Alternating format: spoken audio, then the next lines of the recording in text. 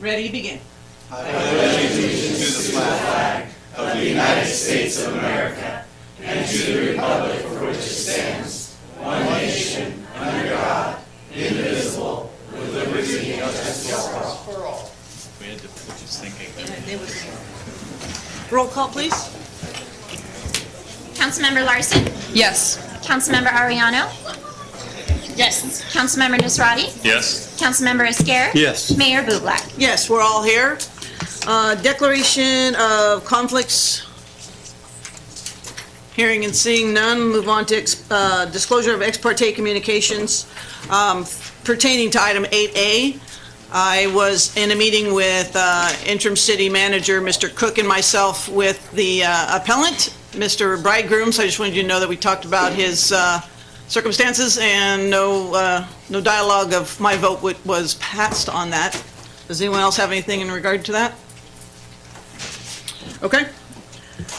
We'll move on to approval of agenda as posted or amended. Mr. White.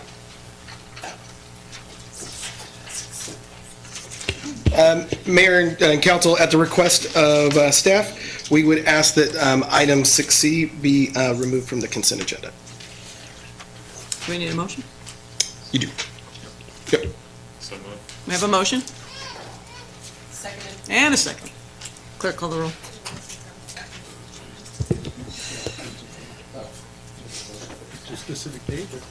Councilmember Larson? Yes. Councilmember Ariano? Yes. Councilmember Nisrati? Yes. Councilmember Esquer? Is this to a specific date or just for pulling it out of the consensus tonight? Pulling it until we put it back on the agenda. Yes. Thank you. Mayor Bublak? Yes. And now we will proceed to some proclamations. Mr. Garcia, if you'd like to meet me over here.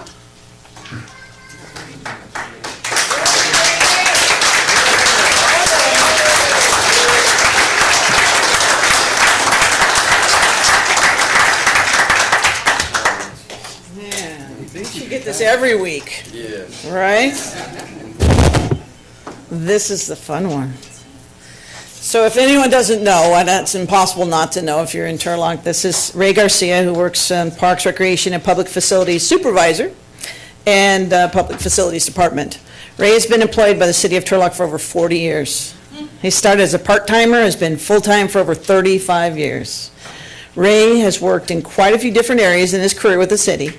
He first was an explorer for the police department, kind of like reminded me of somebody else here. Abe Rojas, then part-time with the fire department, doing maintenance in and around the building. Then he went to Parks and Recreation, where he was a recreation leader for the after-school programs, then a lifeguard, swim instructor, pool manager, and staff Pedretti Park. After all this, Ray was hired full-time in 1984 in the Parks and Recreation Department in the Maintenance Division. He also had a 6-month period where he worked in municipal services.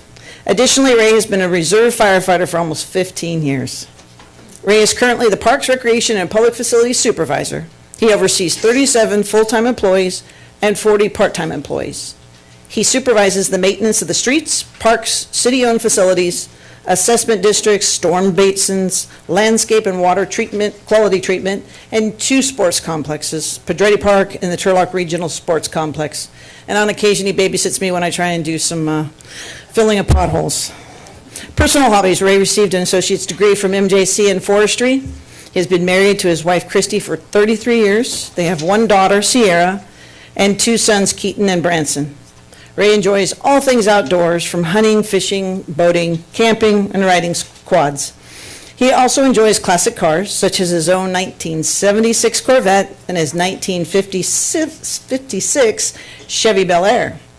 Ray enjoys any time that he can spend with his family. Family is very important to Ray. He even helps out his wife with their dance studio business of over 23 years, Backstage Academy of Dance. And I believe that that's your family there, but you have a huge family here as well, after 40 years. So I would like to give him the opportunity to speak to you, but just first, let's just go ahead and celebrate for just a second. What an amazing...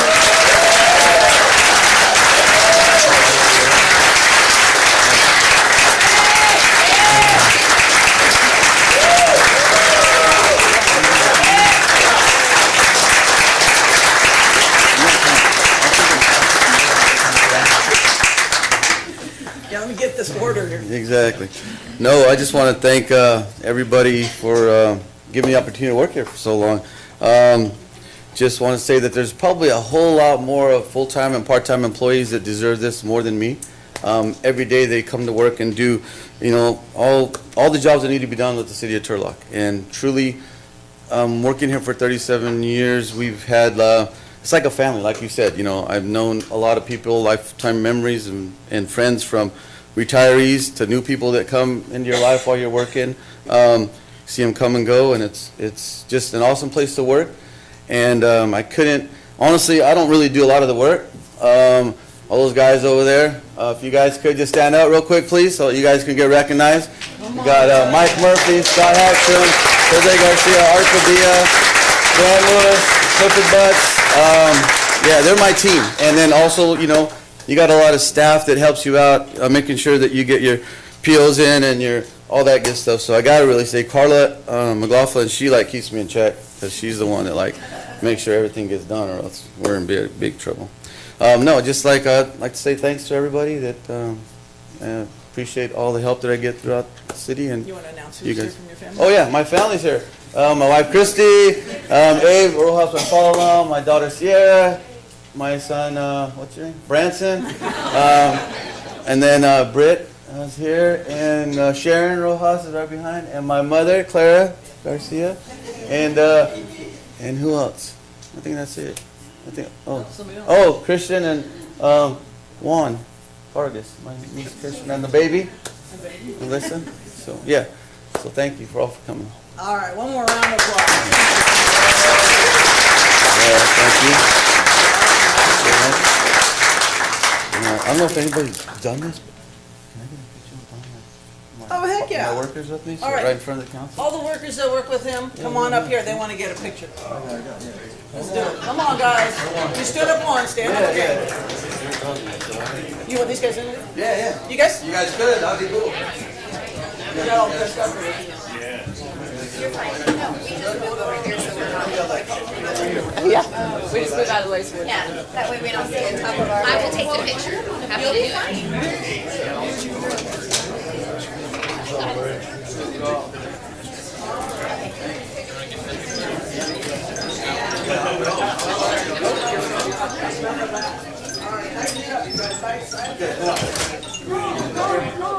You ready?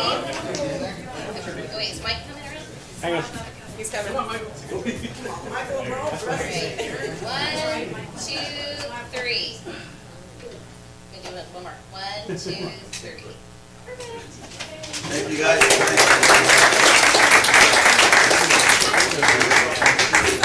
Thank you guys.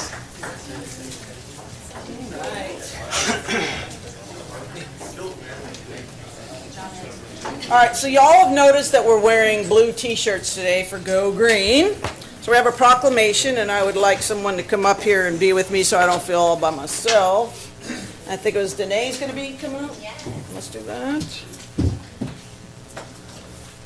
There you go. Anybody dressed in this shirt, right?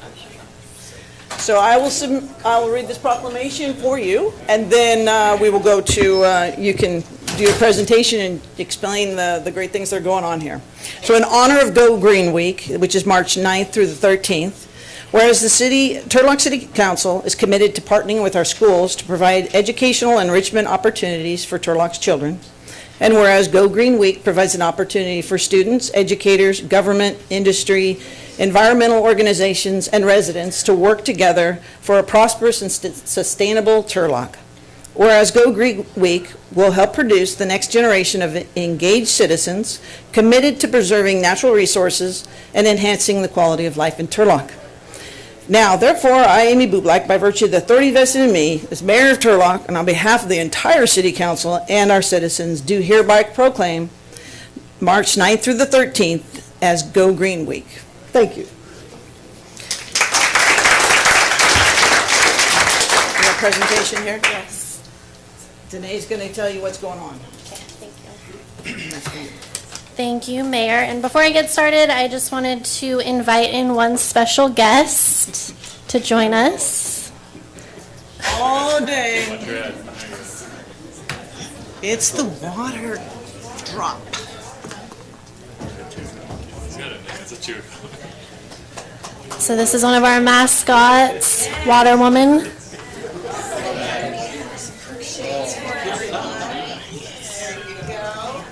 There we go. Hi, water guy. Thank you, bro.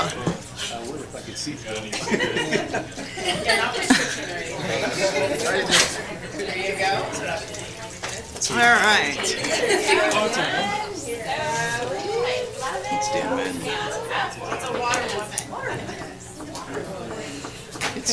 Oh, Okay. all right, so good evening. My name is Danae Lawrence, and I'm here to present Go Green Week. Go Green Week is scheduled for the second week of March, and this year we have partnered with 8 TUSD schools, Sacred Heart and Turlock Christian. Go Green Week brings a variety of environmentally themed presentations and activities to each school to teach students about recycling, conservation, pollution prevention, and more. Some of these activities include tree plantings, live animal shows, recycling contests, and field trips to our water quality control facility and Turlock Recycling Center. There's also a t-shirt contest that takes place to design the following year's Go Green Week t-shirt. This year's shirt was designed last year by Abbott Swanson, a Turlock High School senior. Over the past 12 years, the recycling contest has diverted over 21,000 pounds of waste from landfills and has raised over $13,000 for schools. We have also planted 275 trees, and we are slated to plant 14 more trees this week. Turlock Transit is also a part of Go Green Week and has partnered with 3 other agencies this year to give free rides next week, March 15th to the 21st, in honor of Go Green Week. And then Go Green Week wouldn't be possible without the passion and dedication from the following individuals and organizations. So I just wanted to take a minute to thank the students and staff of each of the participating schools, vendors that travel from near and far to teach the kids about the importance of going green, Turlock Transit Manager Wayne York, and Transit Planner Scott Medeiros for providing the free rides week next week, and visiting schools to teach the students about public transportation and its benefits. Thank you to our Parks, Recreation, and Public Facilities Director, Allison Van Gilder, and her staff for planting trees each year at the different school sites. Also, our Acting Municipal Services Director, David Huff, and our Water Quality Control staff for providing classroom presentations and tours of our water quality control facility to teach the students about our water waste treatment process. Also, our municipal services staff for their preparation and planning for this event. And last but not least, I wanted to thank Alan and Jesse Marchant from Turlock Scavenger. They've participated since the beginning of this program, and their partnership over the years has been extremely valuable. At this time, if Jesse from Turlock Scavenger wants to come up, give us a brief rundown of their involvement with Go Green Week.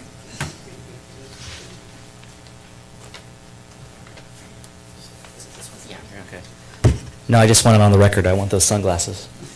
So, oh, okay, there we go. Thank you. Okay, she's got me. Yeah, I thank you, Danae, Council, City of Turlock. I just want to thank you guys for this opportunity to be able to do this. I've been working this for about 3 to 4 years now. I got some notes so I don't keep on going and rambling, but for about 3 or 4 years now. And before then, I was always helping out, but to be able to get involved and to be able to be part of the community in something like this is always really, really cool. For those of you who don't know us, we've been in Turlock for almost 90 years now. I'm 4th generation along with my cousin as a garbage man, starting with my great-grandfather. So we are truly community members, and we truly invest in this community, and our specialty is in garbage. And just really this year's been just kind of special. Last year, my alma mater, Sacred Heart, basically they came out, and I actually saw a couple teachers. I saw someone that I went to school with who's teaching there now. Some of the other schools today that I went to college with were, I don't know if they're just, it's just kind of catching up to me, or I'm just getting old now. I don't know, but it's really cool to see. It's really awesome to be able to see that we are a generation that's really coming in effect in this community. And it's probably one of the most effective. Recycling is definitely becoming a topic throughout the state, and both politically, environmentally. And so we are definitely always trying to push that message about how important it is. It's something really that can't be ignored anymore. It's going to be, it already is a reality. So we want to hit that head on, and what more effective way is that than to tell your kids? Because some of these things that I talk about, I will be told later in the year if I run into a parent that I know and they just say, he still just, yells at me, and whenever I put something not into the, when I put it in the black can, it needs to go into the blue can. So it's really effective, and it's really great, and it's just fun. I just really enjoy it. So I just want to thank everyone. Thank you for the opportunity, and hopefully for another good year. Thank you.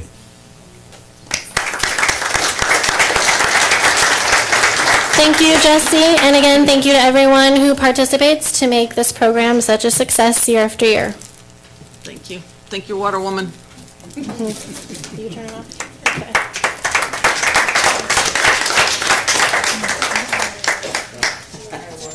All right. Watch your head or you drop. All right. And then finally, we have an appointment for the Parks, Arts, and Recreation Commission. I would like to recommend Allison Jeffrey to the Park Commission. There's a motion. So moved. Seconded. Okay, we have a motion and a second. Call the roll, please.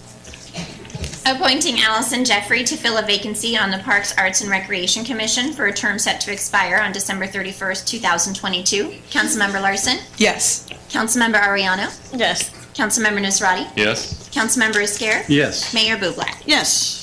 Welcome, Allison. It passes 5-0.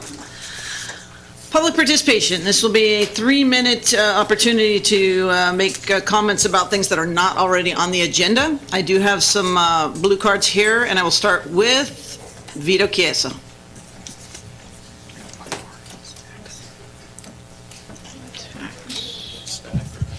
Good evening, Mayor, fellow council members, City Manager, City Attorney. Vito Chiesa, Stanislaus County Supervisor.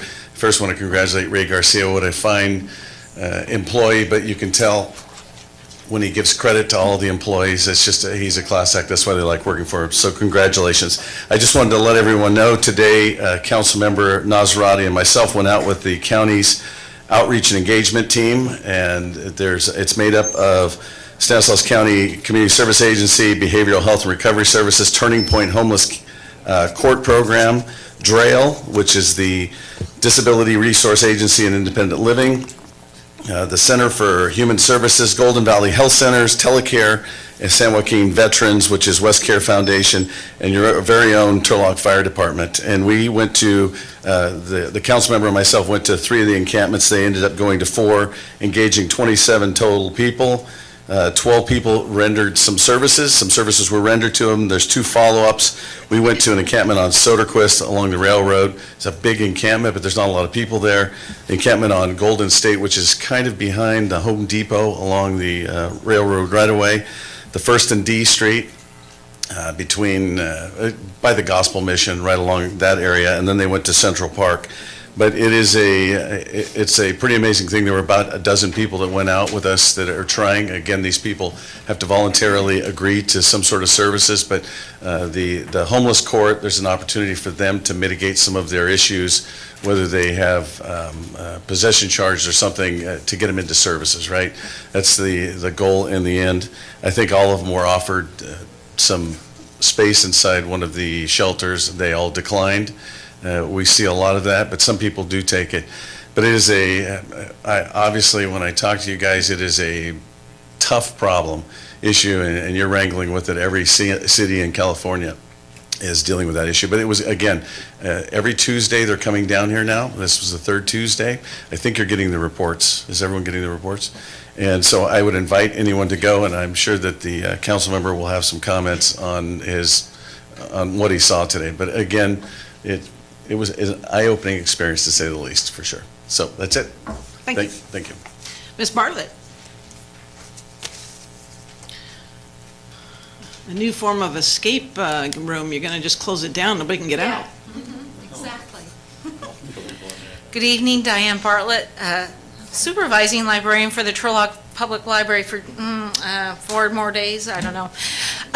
Yes, thank you. I came tonight to thank the City Council, staff members of the City of Turlock, and the board of the Senior Citizens Center for working with county administrators to make it possible for the library to have limited services at the Turlock Senior Center while we're temporarily closed for renovation and expansion.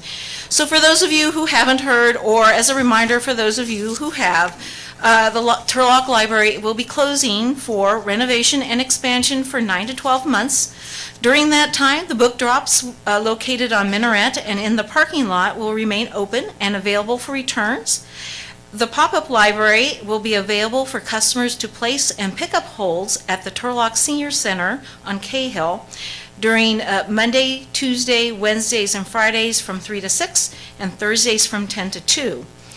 Also, story times for babies, toddlers, and preschoolers are scheduled at the pop-up on Thursday morning at 10:30 and repeated at 11.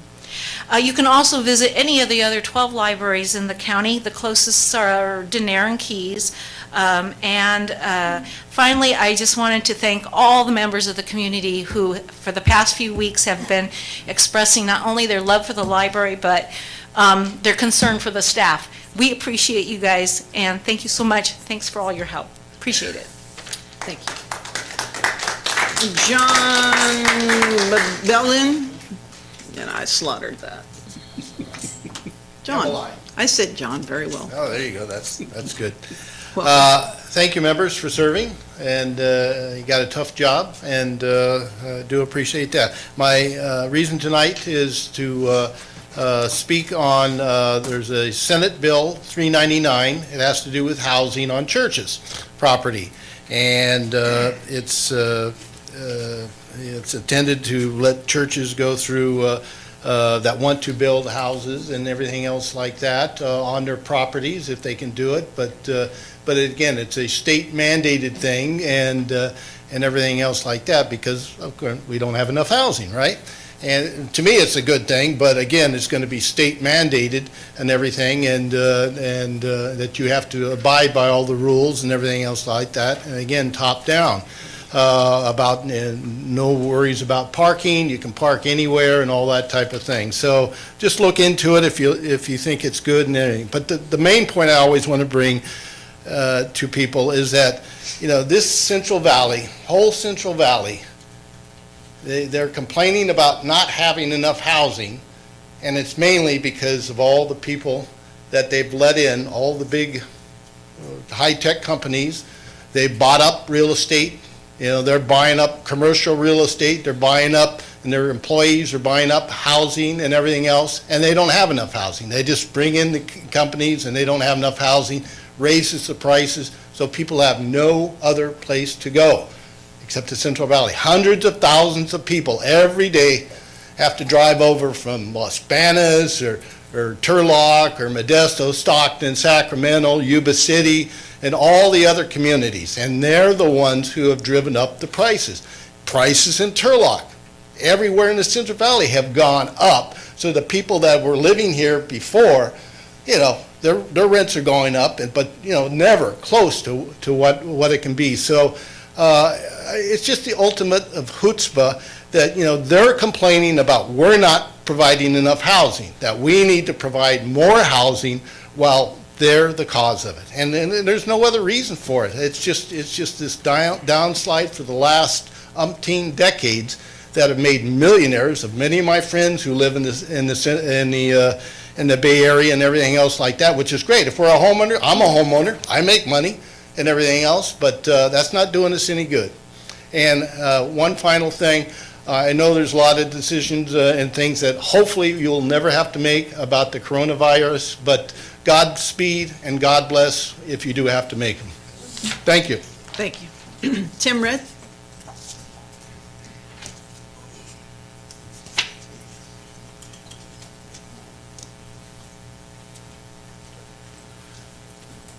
Excuse me.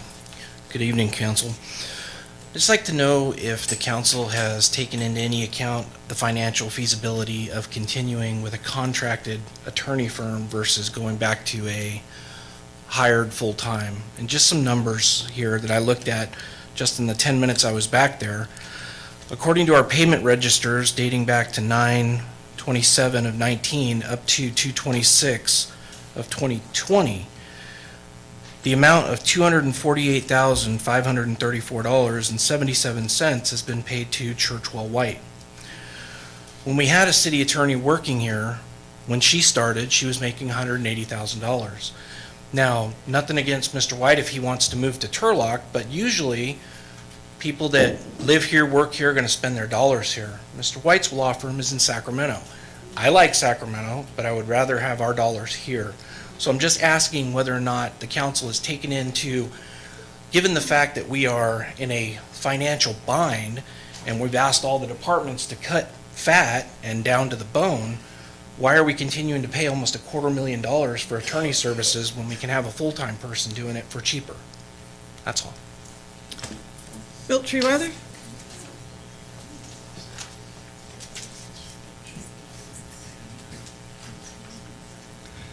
Mayor, council, city staff, and fellow Turlock citizens, Milt Treeweiler.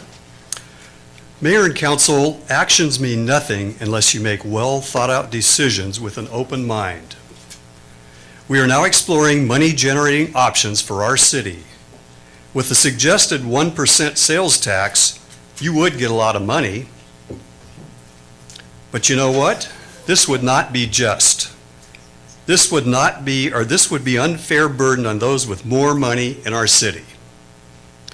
We all know it takes money to operate our city of Turlock.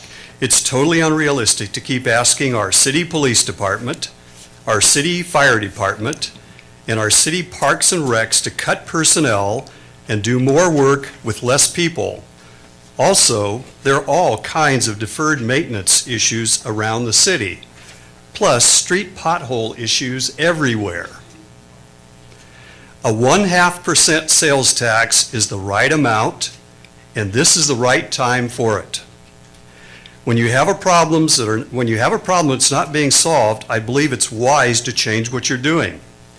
Here in Turlock, we can solve these problems in a very equitable and just manner with a 1/2% sales tax.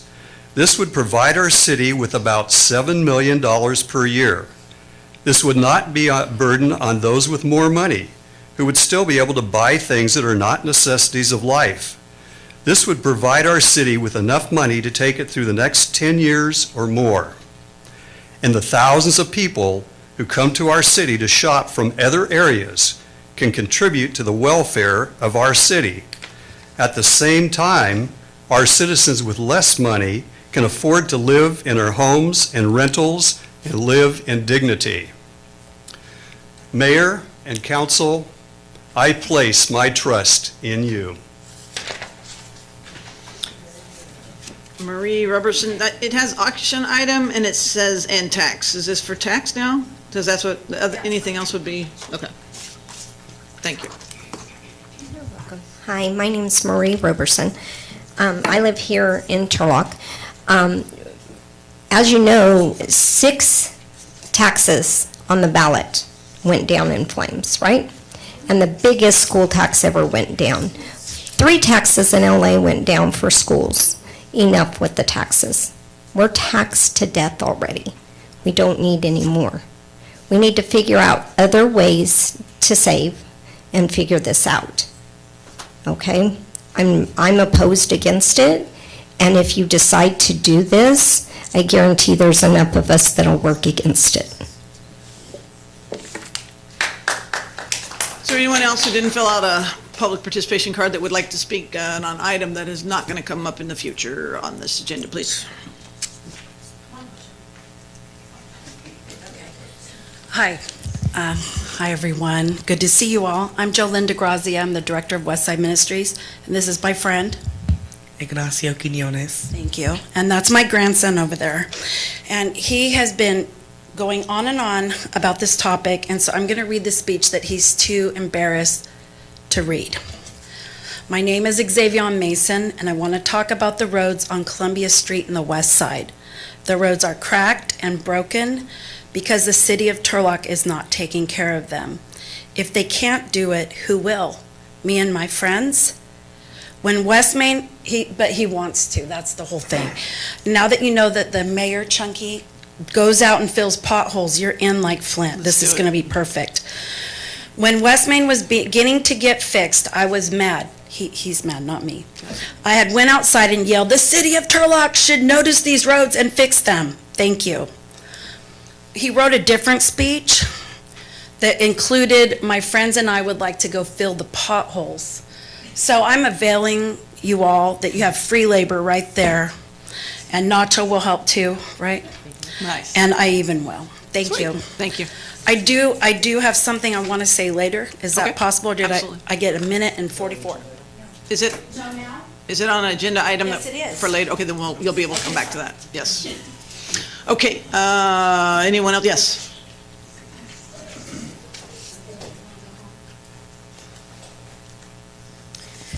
Good evening. I've been coming by your town for about 50 years now. Directly out of high school, I used to go fishing up in Yosemite on the Merced River. And I was coming here before the Golden State Boulevard was even built. There were farmers markets downtown, the A&W. I went to that when it was here. And I've always liked Turlock. I'm here tonight for different items on the agenda, but I would like to remind the council that when you have a sign in the back that says fill out these cards, you need to put on there that it's voluntary to do so, because you do not need to identify yourself to speak. And the message is usually more important than the messenger, at least I think it is. And that's why I usually prefer not to identify myself. Thank you very much. Thank you. Anyone else wishing to speak on an item that's not on the agenda? Okay, I will close public participation. And there are no motions waiving reading. We don't need to do that. So we go to consent item. Is anyone here for the item that we just polled, 6C, that was in regard to the sidewalk sale? Is there anyone here that wishes to speak, or they wait until we have it back on the agenda? Seeing no one, then, okay, for consent calendar, what is the will of council? Move to approve all except for 6C? Second. Somebody got it. Thank you. They're waiting. Call the roll, please. Adopting the amended consent calendar, Councilmember Larson, Yes. Councilmember Ariano, Yes. Councilmember Nisrati, Yes. Councilmember Esquer, Yes. Mayor Bublak. Yes, passes 5-0. Final readings, there are none. Public hearings, this is a request to deny the appeal and affirm the Planning Commission decision granting conditional use permit 2019-08 Firehouse Dispensary and grant conditional use permit 2019-08 Firehouse Dispensary at 1601 West Main Street. Ms. Quintero. Good evening, Mayor, council members of the public. Tonight before you is an appeal of the Planning Commission decision granting conditional use permit 2019-08 for the Firehouse Dispensary proposed at 1601 West Main Street. Some overall background: in June of 2019, the City Council established the cannabis pilot program. Within the pilot program, there was an allowance for 4 retail dispensaries. The dispensaries were going to be permitted and regulated through a development agreement and a conditional use permit. In July of 2019, the council opened an RFQ process for commercial cannabis businesses. 32 dispensary submittals were received, and the respondents were interviewed and top 4 were ranked. In August of 2019, City Council adopted zoning ordinance establishing land use regulations related to commercial cannabis businesses. Within the RFQ process, the applicant Firehouse did rank number 1 among the dispensaries. In August of 2019, City Council approved a development agreement between the City of Turlock and Firehouse. And on January 16th, the conditional use permit for the location of 1601 West Main was heard and granted by the Planning Commission. On January 27th, the City Clerk's office did receive an appeal of the Planning Commission's decision, and that is the item that is before you tonight, is the appeal of that conditional use permit. The purpose of a conditional use permit is to evaluate the site features, operating characteristics, and design of a proposed use to ensure compliance with other uses in the general area. The municipal code lays out 4 findings that need to be made to grant a conditional use permit, and those findings are here on the screen. So the findings are that the site for the proposed use is adequate in size and shape to accommodate such uses. All yards, open spaces, walls, fences, parking, loading, landscaping, and other features required by the municipal code or the planning commission to make sure such use is compatible with the land and uses in the vicinity. That the site for the proposed use is related properly to streets and highways to carry the quantity and kind of traffic generated by the use. That the use will not adversely affect abutting properties or the permitted use thereof. And that the site for the proposed use is in conformance with the general plan. So these are the findings that the Planning Commission makes when evaluating conditional use permits. The subject site is located at 1601 West Main Street. The property is zoned community commercial. The intent of the community commercial zoning district is to provide a range of retail uses as well as restaurants, hotels. The proposed dispensary will be going into a existing 4,625 square foot building that was previously used as a restaurant. There are approximately 50 existing on-site parking spaces. The dispensary would be permitted to operate between 9 a.m. and 10 p.m. and is anticipated to have approximately 23 employees. This map shows the site's general plan designation of community commercial as well as the general plan designations of the properties that surround the subject site. So the property is bound by other properties that are zoned community commercial, as well as across West Main and across Highway 99 or other uses with the same community commercial zoning. Further to the north of the property there is a residential subdivision and properties that are zoned low-density residential. This shows the proposed site plan for the use. There are not major modifications proposed to the site. It would relatively be used as it exists. And there would be some modifications to ensure compliance with ADA parking as well as some addition of bollards and some modifications to the outside of the building to comply with the conditions that are proposed through the conditional use permit. This shows a proposed floor plan. So entry will come in from a secured lobby where IDs would be checked prior to then entry into the dispensing area through another set of doors. In evaluating the site, we look at the established municipal code standards.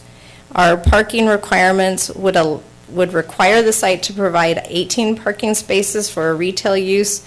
Again, there are approximately 50 spaces provided, so the site does meet the parking standards. The municipal code requires that security cameras be installed on the site as well as an odor control plan and filtration systems to ensure there are no odor impacts from the use. The municipal code also establishes a 600-foot spacing standard to schools, daycares, or youth facilities. And in looking at the site from property line to property line, the site is 945 feet approximately away from the closest school site. So it does meet the standard established in the municipal code for spacing to schools. Public comment was received prior to the Planning Commission meeting and at the Planning Commission meeting. Comments were received in opposition to the site due to the proximity to two school sites. There were concerns about the impacts of the use to nearby businesses, as well as concerns about the impacts of cannabis use in general. Comments were also received in support of the operation, citing the site improvements to the landscaping, as well as the thought of improved security to the area because of the on-site security for the dispensary. Letters of recommendation from other cities where the operator operates were also received. In conclusion, at their January 16th meeting, the Planning Commission did unanimously find that the project was exempt from CEQA and did approve the application. I'm happy to answer any questions if there are for staff at this time. Mr. Quintero? Thank you. All right, Mr. Bridegroom, please come up, sir, and Mayor, just real quickly for a matter of process, can I just walk through so the public can understand what happened? So this is, the city council tonight is sitting as a quasi-judicial body. It's not in its legislative role or administrative role like it would usually be. Because of this, the applicant would not be subject to the 3-minute time limit. So he gets to make his presentation, but the public that would follow would be subject to that unless the mayor or the council changes the rules to do that. So again, this is kind of a semi-judicial, quasi-judicial proceeding, and that's why we handle it this way. thank you. All right, you're up, Mr. Bridegroom. Okay, we will try this. Okay. Thank you. Good evening, Mayor and council members. Tonight in this quasi-judicial proceeding, I will present what I believe are 3 compelling legal arguments, any one of which is sufficient for the council to deny the firehouse conditional use permit. Like our city attorney just said, it's a quasi-judicial meeting, so I'm trying to present legal reasons, okay? I will present the relevant Turlock Municipal Code and supporting evidence for each of these arguments.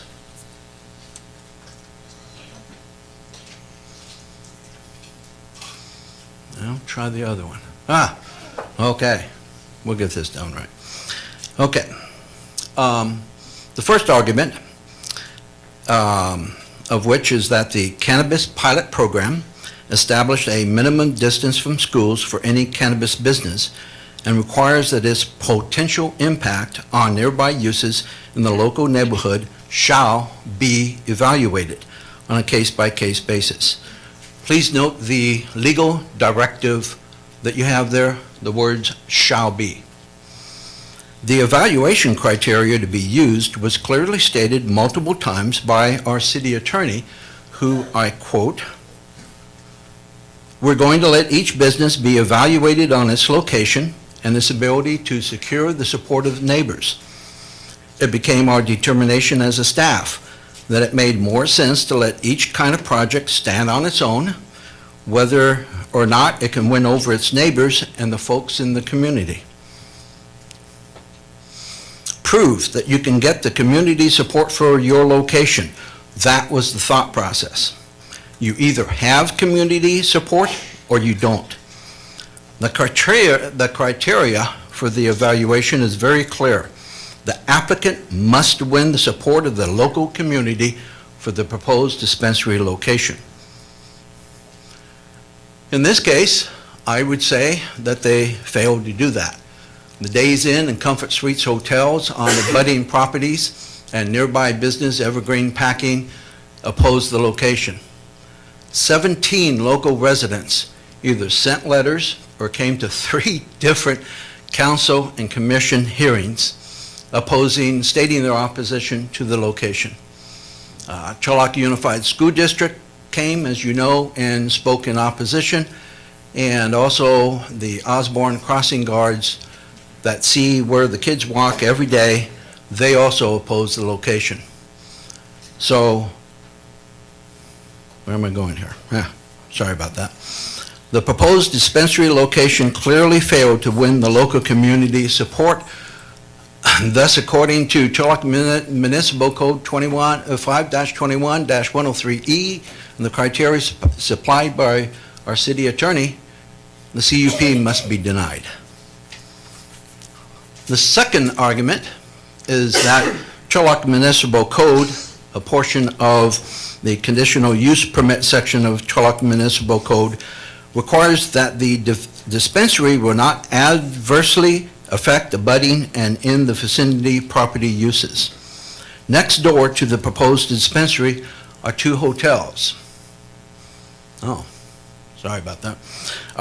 Whose owners, managers, and employees believe a dispensary will be bad for business, and that some dispensary customers will hang out with their buddies partaking of cannabis products in the parking lots of the surrounding businesses, adversely impacting them and their customers.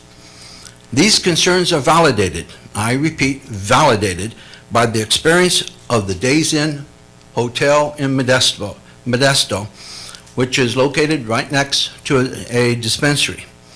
According to the hotel manager, dispensary customers will often park at the hotel, buy cannabis product, and return to their cars to hang out and partake of the product with their buddies. This has caused major problems for hotel staff and their guests, leading the manager to write, "I implore you to deny this location for a dispensary, as it will create problems like what is happening to our hotel guests and staff." This next picture, as you recognize from what Katie showed you, is another, again, a picture of the proposed site there. You can see to the right a couple of different businesses, gas station, burger, pizza joint. Right above it is the Days Inn Hotel. You also see the bus stop where kids will get on and off the bus. You see the Comfort Suites Hotel and also part of the housing district. At the proposed dispensary location, their customers can easily park at the adjacent businesses, hang out and use product, which will adversely impact the businesses and their customers. And they could also hang out near the bus stop that is used by kids. We also spoke to the facility manager for Evergreen Packing. As a matter of fact, he came and spoke at one of the commission meetings. He stated he and their attorneys see nothing good from having a dispensary across the street, that it will result in more people hanging out on their property that he has to deal with, and that the dispensary will be a strong temptation to employees who need to be sharp and focused at their jobs for safety reasons, and also because they're drug tested. These type of issues with the surrounding businesses would not happen if you had different type of businesses there, such as a restaurant, medical office, discount store, and the area is zoned for that. I believe the evidence shows the proposed dispensary will adversely impact surrounding businesses, thus failing to meet the legal requirement specified in municipal code for granting a conditional use permit. Thus, the CUP must be denied. Finally, Turlock Municipal Code for granting a CUP requires the proposed location cannot be detrimental to the welfare of the community. Here are some recent news headlines that talk about robberies at dispensaries. In January, they had a robbery, over $200,000 stolen from a dispensary in Chicago. In September, in Sonora, $69,000 of cannabis products were stolen. And then again, in September, there was a news article about how 4 people were arrested in a San Leandro marijuana dispensary burglary. Detectives allegedly found nearly $40,000 in cash, as well as an arsenal of semi-automatic handguns, high-powered assault rifles, high-capacity magazines, and over 1,000 rounds of ammunition. And in September, CBS 13 reported authorities are investigating 10 break-ins at marijuana dispensaries in Sacramento in the last month. 1 month. Robert Baca, who is a spokesman for the Sacramento Cannabis Industry Association, says that because cannabis is a cash industry, theft is a reoccurring issue.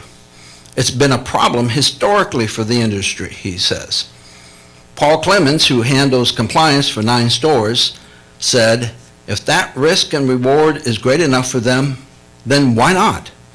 Without banking, we're always going to be a target. I want to emphasize, this is not me saying this. This is not the police saying this.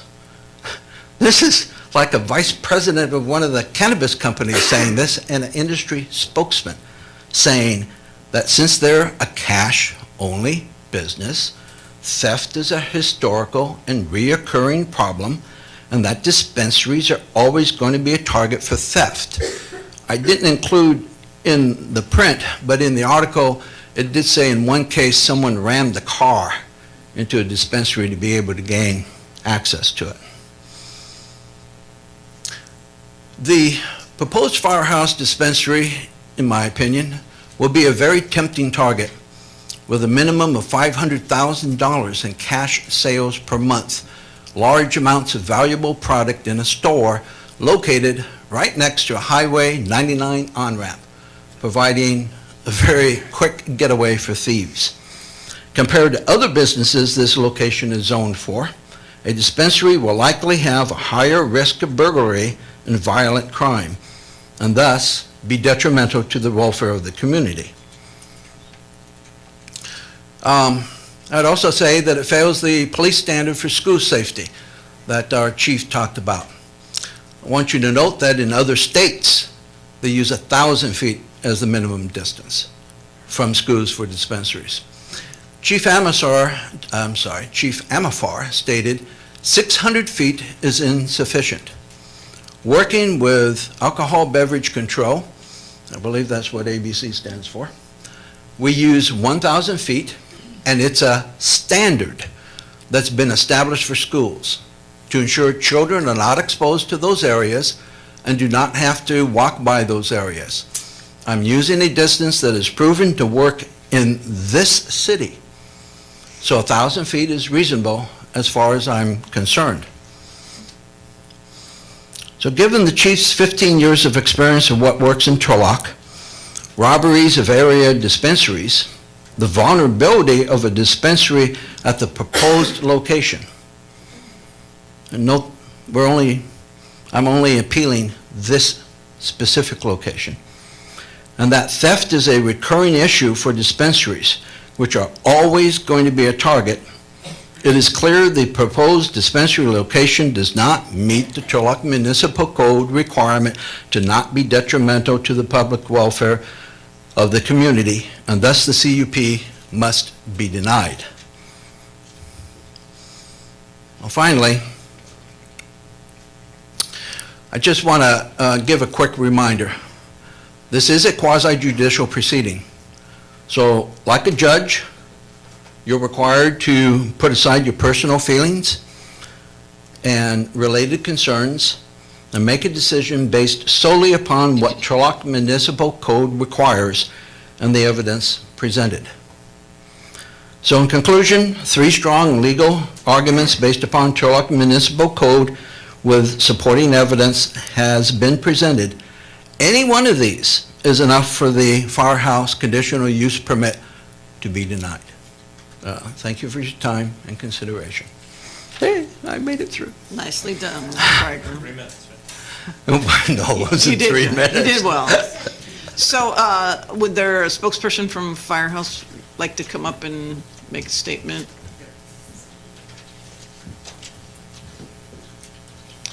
Might as well, Mr. Bridegroom, might as well sit in the front, just in case there's questions for you later, sir. Good evening, Mayor and members of the council. My name is Devin Stetler. I'm an owner of the Firehouse Dispensary. Can I give these to the clerk?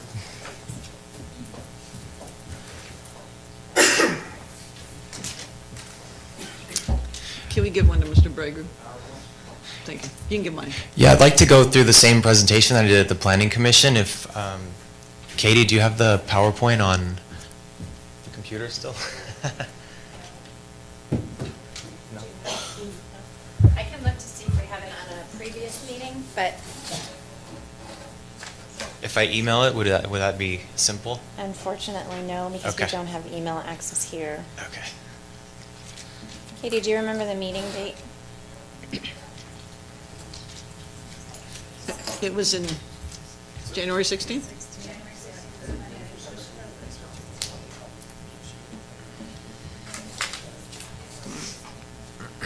If you want to, let's see if we can prepare for that. We'll just have public comment and you can come back up. Is that all right, or you want to? Sure. Okay. Yeah, thank you. All right. So I don't have any blue cards, but anyone wishing to speak in regard to this appeal for marijuana, Ms. Jackson seems really excited. Oh. Anybody? Let me get it from my, and bring it do that, that would be great. Would you mind? Mr. Ward, are Thank you. you getting up? Okay, please, come on up, sir. Are you wishing to speak? You just cut him off, man, he's right behind I'm you. introducing, I had Jeff do some work for us on the issue of kids in the area, and so I'll let him introduce himself and provide you copies of his reports. I'm just going to stand over here and show photos. Outstanding. Welcome, Mr. Hopkins. Turlock resident. Hi, my name is Jeff Hopkins. I'm a retired police officer, 28 years. I'm currently a licensed private investigator. I was hired by Mr. Warda to conduct a kind of surveillance in front of 1601 West Main Street. From the 3rd up until today, so 6 days, from 2 p.m. to 4 p.m., I would park in front of the business and observe what was going around. He specifically asked me to look for school-age children that are crossing in and around the business, and a general overview of what's going on in that area between the Double Time gas station, Days Inn, Burger King, and the Circle K Market. Each day that I was there, well, for the whole week, I saw one girl 3 times walking east in front of the business. I couldn't really tell what her age was. She was anywhere between 17 and 20 years old. I really couldn't tell. I took photographs of pretty much everyone that I could walking by, with the exception of children. Besides that one girl, I saw a obvious school-age male and female, but they never got closer than the Circle K. They walked up Main Street. I saw them walk to the Circle K. They must have purchased a beverage, and then I saw them walking northbound on Tully. They never came close to the business. And on a separate day, I saw a male and a female, probably around 16 years old. They came from Tully, through the Days Inn parking lot, went to the Double Time Market, and then they returned back the same way. I did not see what their purchase was. It might have been at one of the eateries there as well. For the most part, I did see a lot of loitering in the Burger King parking lot, the Circle K parking lot, and also in the Double Time parking lot. There was some loitering in the Days Inn parking lot, but that was, a lot of it was just kind of passing through. There is a homeless camp that was in the field right next to the Burger King. Today, actually, Caltrans and CHP were out there cleaning that up, so they eradicated one of them. But for the most part, there was a lot of homeless. On the 3rd, last Tuesday, I did observe a drug transaction in the Burger King parking lot. Male on a bicycle. I actually have a photograph of it. Not that one. That one's just a male going to the camp. This guy right here was loitering in the Burger King parking lot, and shortly thereafter, not that one.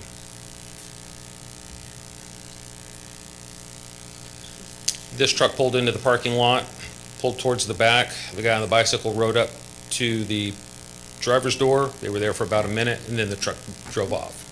So I concluded that that was probably a drug transaction the way it happened. I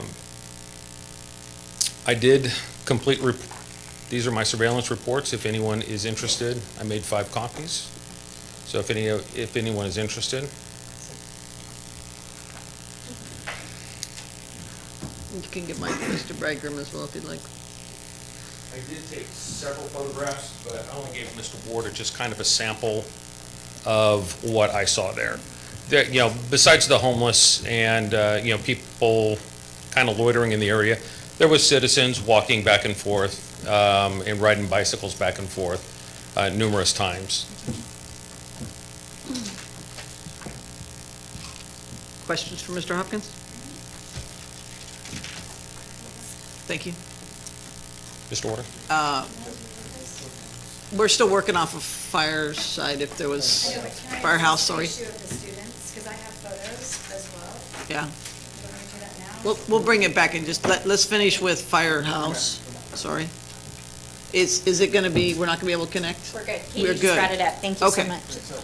So we're back to you in the back. Mayor, it'd be appropriate to, probably at the end of public comment, to give Mr. Bridegroom the opportunity for a rebuttal at the end, since this is a quasi-judicial proceeding, if you. Okay, fair if- enough. So Ms. chooses, but Jackson? that would be the time to bring up those issues, or?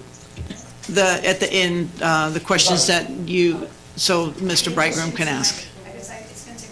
No, it's going to be, yeah, it's lengthy, but Mr. Bridegroom can ask a lot of those and have more time. All right.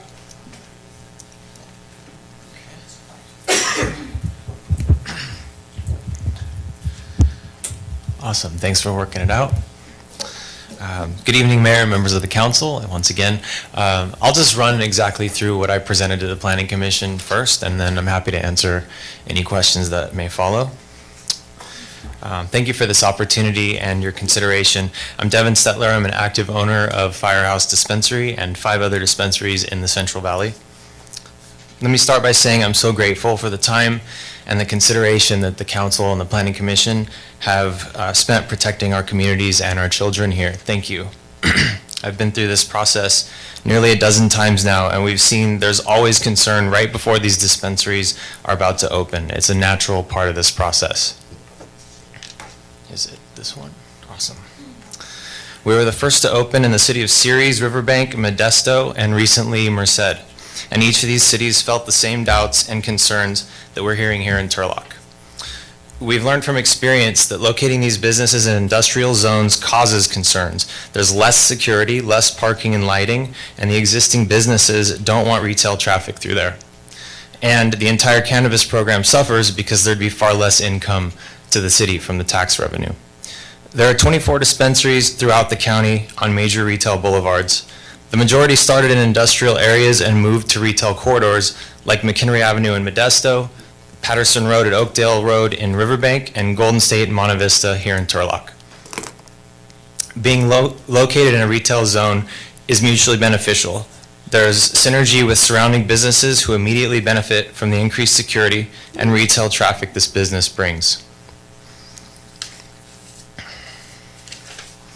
As we all know, there's limited retail space available in Turlock, and we can see clearly from this map, all areas are actually sensitive areas. We see this in nearby cities as well. The Turlock location we've chosen at 1601 West Main Street is zoned correctly and perfectly suited for this purpose.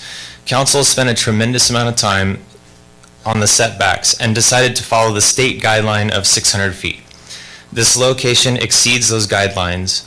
It's also on the outskirts of 90% of shopping, dining, and commerce that occurs in Turlock.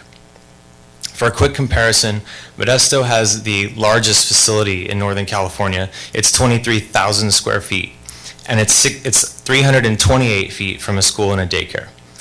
Another dispensary on McHenry Avenue shares their parking lot with the Boys and Girls Club. And in Riverbank, Flavor's Dispensary is 200 feet from a karate studio. These businesses have already demonstrated they coexist just like any other retail business. But what really speaks volumes is that we're on a retail corridor in every city where we operate, and most are in sensitive areas. The results have been so successful to the point that mayors and council members proudly invite dignitaries from other cities for tours of our facilities to show them off. Then letters of recommendation were provided 12 and 18 months after we've been open by those mayors, city managers, and our business neighbors. And after benefiting from results of our cannabis program stores, each city decided to expand their cannabis program because of that success. This should really be reassuring to this council and shows how these city officials feel about our operations. Let's also keep in mind these cannabis licenses are provided under a development agreement. That means the city has total control to cancel them. This isn't a right for us to do business. This is our opportunity to show you how this is good for this community. For an entrepreneur investing hundreds of thousands, if not millions of dollars, starting these businesses in the city of Turlock, it will take about 5 years to earn back that investment, and that's if they're successful. That means we're very motivated to operate at the highest levels to keep our licenses while providing quality service to this community and protecting the interests of the council and the Planning Commission. To show you how we contribute to our communities, this chart shows projected annual revenue to these cities from our stores based on what we contributed last year. That's a total of $4.2 million to these cities, not including Turlock, in 2020. Here are the receipts for these local tax payments showing $168,000 to the city of Modesto, $100,000 to the city of Ceres, and $46,000 to Riverbank. And again, these are actual monthly receipts. To wrap this all up, the same concerns presented here have been presented in other cities. The councils of those cities have had the strength and conviction to see this through, and they're happy about their decisions after the fact. And like other cities, we're confident you will look back and be proud of what we've accomplished here. That's our goal. Thank you. Any questions? Oh, yeah, I did want to, what I gave to the clerk, I did want to share a letter from our business neighbor in Modesto at our Finos location. This is the same location that was mentioned in the prior presentation next to the Days Inn. I have a question. Yeah. In the argument about the adverse impacts to the hotels, there was comment about usage within the parking lots and surrounding space. What kind of activity do you guys do to assure that that doesn't happen? We have 24/7 security at all locations. That security all day ensures that no activity is happening outside the facilities. Any illegal activity, that includes any kind of smoking of any kind of loitering of any kind, none of that is tolerated, and that's enforced 24 hours a day.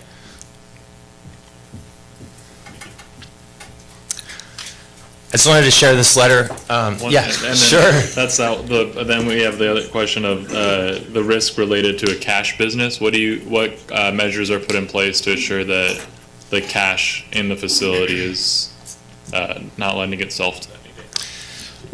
The greatest measure actually is that there's just not that much cash in the facility. I think there's a common misconception that there's just piles of cash around because it's a cash industry. Most of the cash is reinvested on a daily basis in more product. So there's actually just not a lot laying around. In addition to that, we have 7 or 8 layers of security. There's steel mesh on all of our doors and windows. The vault is, this cash is in a vault within a vault that's several locked doors within the premises. Again, there's 24/7 armed security. We have 3 camera systems active at all times, including eyes from our staff and a third-party company who watches those and can maintain eyes on all premises at all times. Lots of custom security measures that have evolved over time as we've done this for quite a while. And our 5 locations, we're proud to say we've had no incidents so far. Yes.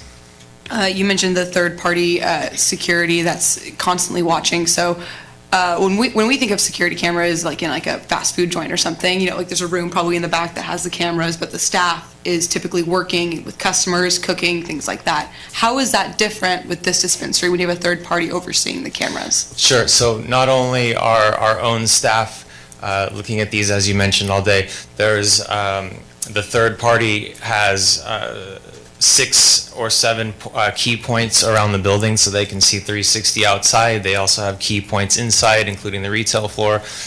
He can observe that from his location. They have a 2-way audio so he can hear and speak. There's a visual siren, an audible siren, and of course they can contact authorities. So most of the time, if there's some kind of activity, usually it's overnight, somebody may walk onto the premises or whatever, then he can just, usually the lights or the siren is enough to scare somebody away. So it's a great security measure.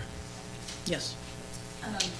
Has there ever been an example in any of the facilities you currently oversee where those other businesses have benefited from your own security system? Oh, absolutely. Yeah. As a matter of fact, in Riverbank, the sheriff's department has come by more than once to get video footage to help them solve other crimes that have happened in the neighborhoods because our system is pretty great.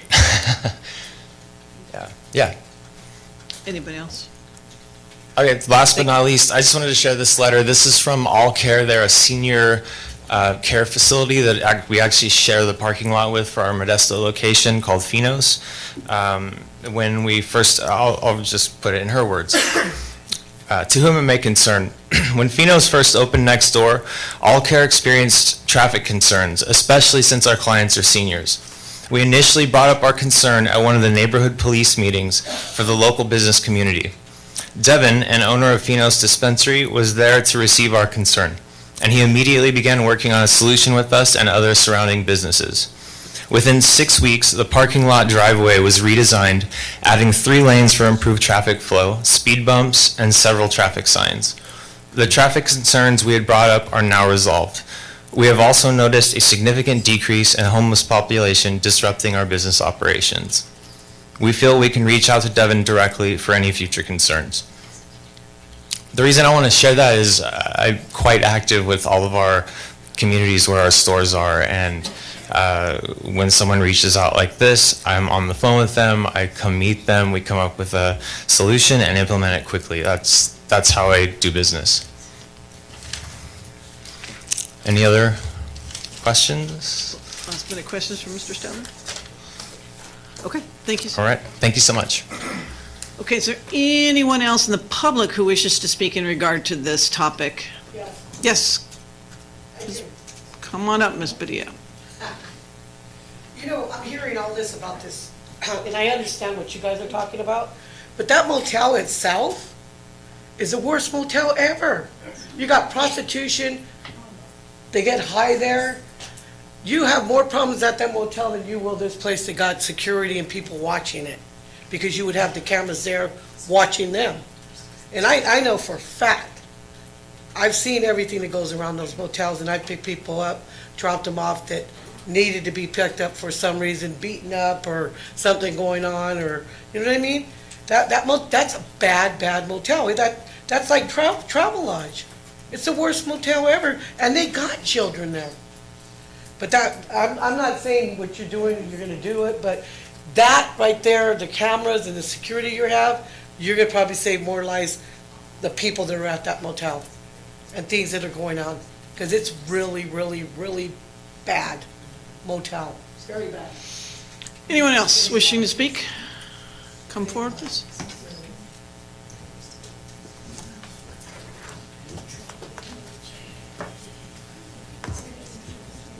Hi. I would really like to see our city council honor the concerns of our chief of police. So I understand it's within the law, the distance, but when you have your chief of police asking for something, I think, in my opinion, I think you honor it. So, thank you. Anyone else? Mr. Puffer.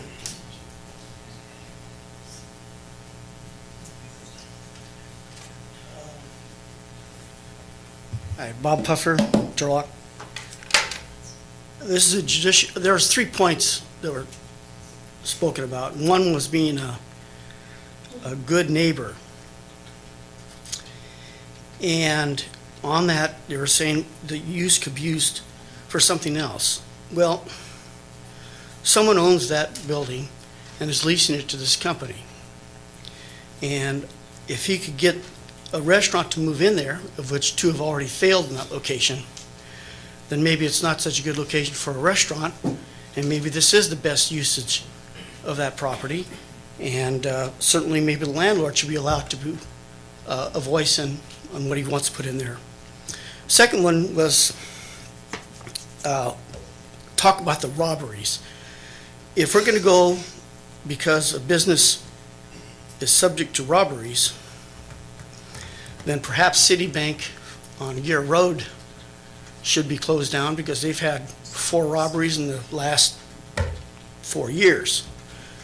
And if you're going to have the standard for that, for cash businesses like that, are we going to require armed guards for all the beverage? Bevmo, is Bevmo going to have an armed guard? There was a question about where they talked about a Chicago police, or the Chicago Dispensary was talking about the robberies there. And I think that quote was more in hoping that you get the police or local authorities to help get these dispensaries a banking industry. And I'm all for that. I think if City of Turlock should join with other cities and start talking to the state and start trying to get them some kind of a banking. Lastly, our own personal police chief wanted it over 1,000 feet. Well, it's 1,600 feet from this dispensary to the city or the school buildings. That seems to me that's over 600 feet further than what he wanted. And I don't think that's should be considered. Thank you very much. Got another one coming?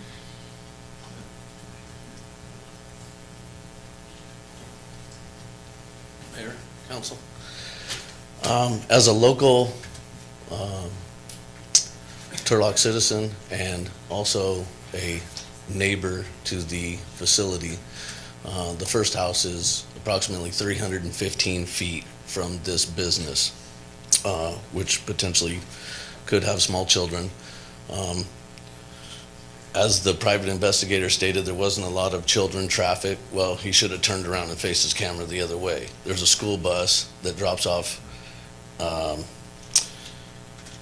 elementary children approximately, well, right where the municipal bus stop is, right across the street from that. So there are a lot of kids in the vicinity, other neighbors there. I keep hearing the good neighbor thing. My neighbors don't sell pot. Also, too, question for council, would you guys want one in your neighborhood? Probably not. I'm not opposed to it. As a former medical cannabis grower and vendor for one of the largest facilities in California, Harborside in Oakland, I'm well familiar with the ongoings in the parking lot. Their armed security isn't going to stop people from smoking, partaking, whatever, in the parking lot. We have cuts to the city police department. Are they going to be able to step up patrols in the vicinity to stop DUIs? Probably not. These are things to take into consideration. I know there was the 600 feet to the school, but there's 300 feet to the nearest house. I just think it's ridiculous. I'm not opposed to it. If the city needs the tax money, I get it. As a business that may potentially bring in a lot of tax money, great. I don't think that's the right place for it. There's industrial buildings on the edge of town. I know that security was mentioned, but if they have all the security in the world and the cameras, then they shouldn't worry about it being on the edge of town.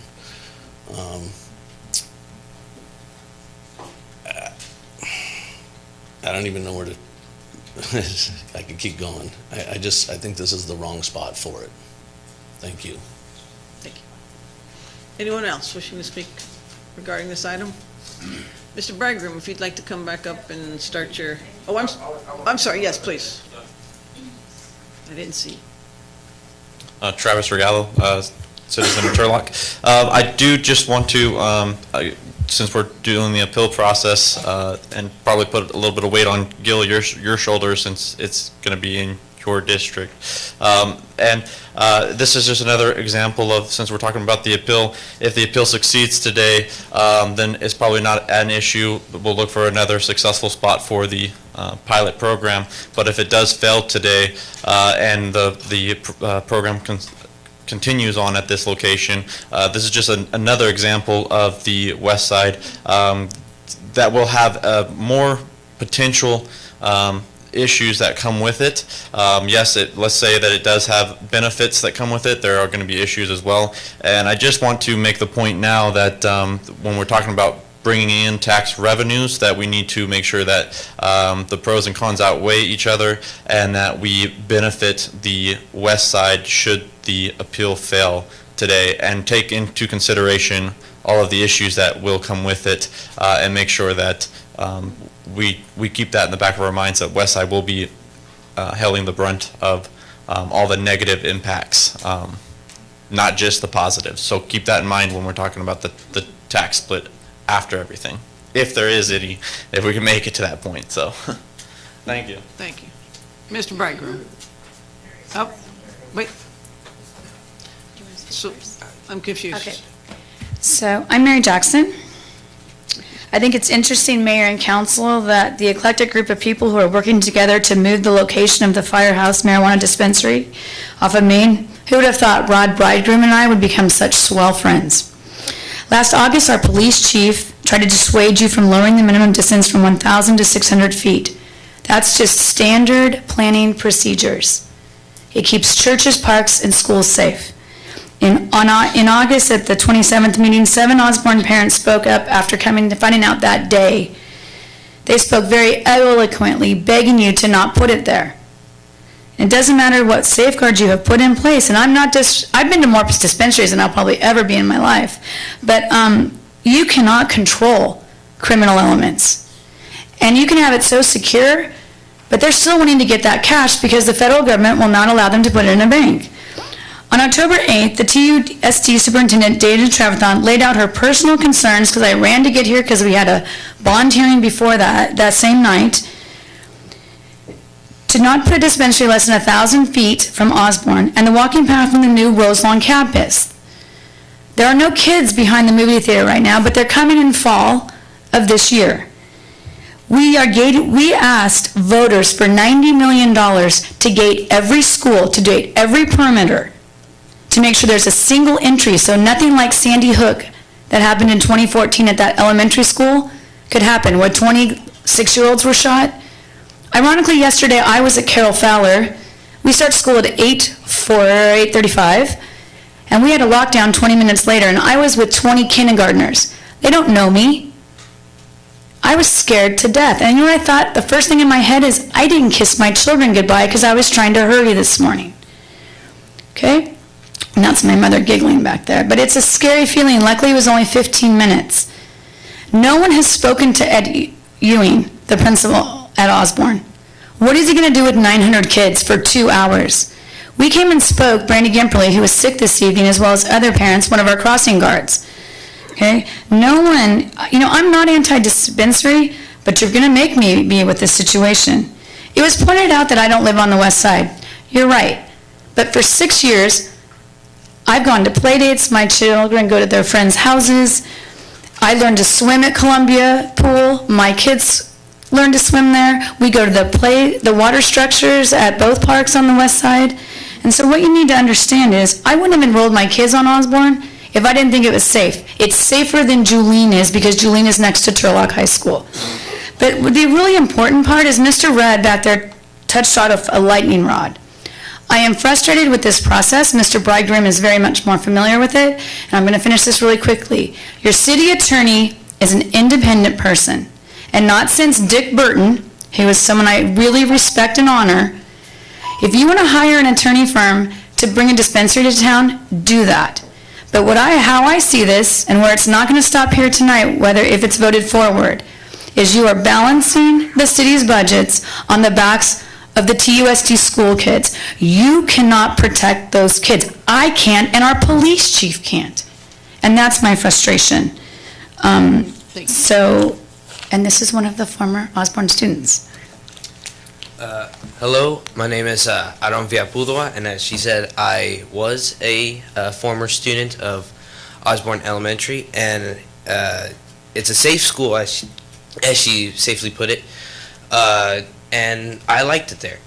But putting a dispensary near that school, 945 feet, which is a little less than 300 meters, and as a track runner myself, I can sprint that distance. That's very close for those students. And for students who would, maybe be in contact with that substance, marijuana causes a slower reaction time for students or even adults who partake in this substance. And by probably putting this dispensary in a different location, you're decreasing, as she also put it,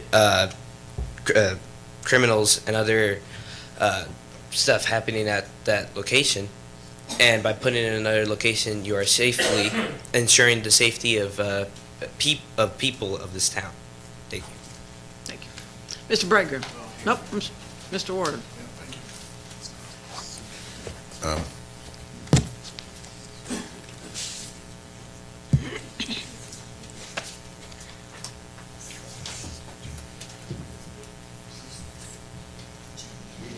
We did an online poll identifying the location, and for Turlock folks to respond as to whether they like the location.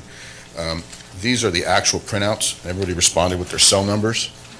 We had over 780 people that support that location.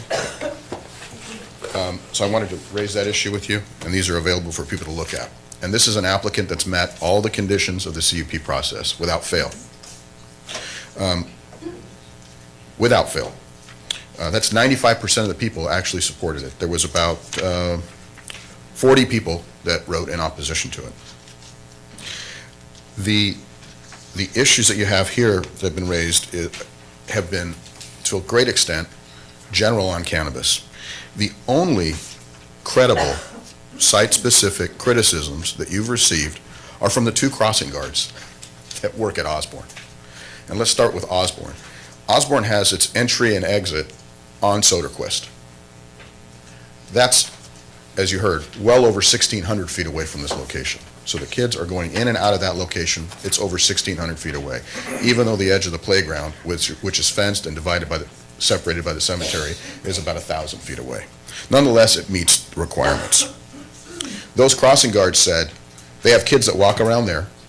Neither one of those crossing guards said these kids walk in front of the dispensary. And if it's possible, I don't know if it is, to pull up the photograph that we had in the staff's presentation, you can see that those kids that walk down Tully can barely see this building. And if they see it from the back. There's a business that divides it. There's a huge concrete structure for trash bins that blocks it. And then there's the Days Inn. The stuff these kids that walk there are exposed to exists now, will likely disappear with this operation. They are exposed to people that are doing drugs, people that are not very nice people. There's some really bad conduct happening at Days Inn. I pulled up calls for service for Days Inn.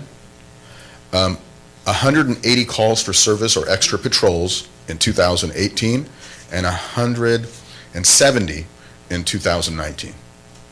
Those were calls for drug use, there was a call for rape, there's calls for all kinds of things. And the police are having to patrol that area extra hard because Days Inn is a horrible operator. All they need is a good security guard and they can clean that place out. But maybe that's how they're making their money. And maybe that's why they don't want us there, because the back of our building is lighting up their parking lot with security cameras. I wouldn't want us there. I frankly think my folks need protection from Days Inn customers. It's a horrible operation. So in terms of community need, I think it's there. We've got community support. I think that's there. There has been no real evidence that's been presented to support this appeal. Nothing. No facts. Just argument and storytelling. Thank you. Mr. Bridegroom, ready? I'm going to rise for personal privilege. Sure. Hello, my name is Grace and I still attend Osborne. And I still have friends at Osborne when I graduate from Osborne and go to Dutcher. They'll still be there when the dispensary is opened if you guys want it to. But I encourage you not to, because I think of my school as my safe place. And if you put a dispensary by it, I don't think I would consider it a safe place anymore. Some people still consider it as a safe place besides me, so. How many lockdowns have been there since you've been there? 0. There's been one. She I can't she can remember one, there's been 2. Okay, do you see people dealing drugs? No. Do people walk to school at your school? Yes. Do they walk down Tully, where we walked today? The neighborhood? Yes. Yes. All right. Thank you. She's in 5th grade. Okay, anyone else besides Mr. Bridegroom? Okay, it's your turn, sir, sorry. So, Mr. Brinkman, this will be your rebuttal, and then we will close it and make our decision, okay? Thank you. This reminds me of the time that you kept calling my name and other people kept. Right? I know, you kept getting What up. is it about my name? Okay. Runaway bridegroom.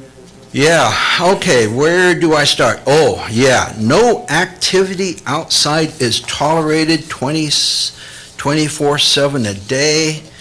Okay, we have a letter from Johnny Wida, who is the, yes, that's her last name, Wida, who is the sales manager of the Days Inn Motel on McHenry, which abuts the Finos, hopefully I said that right, dispensary.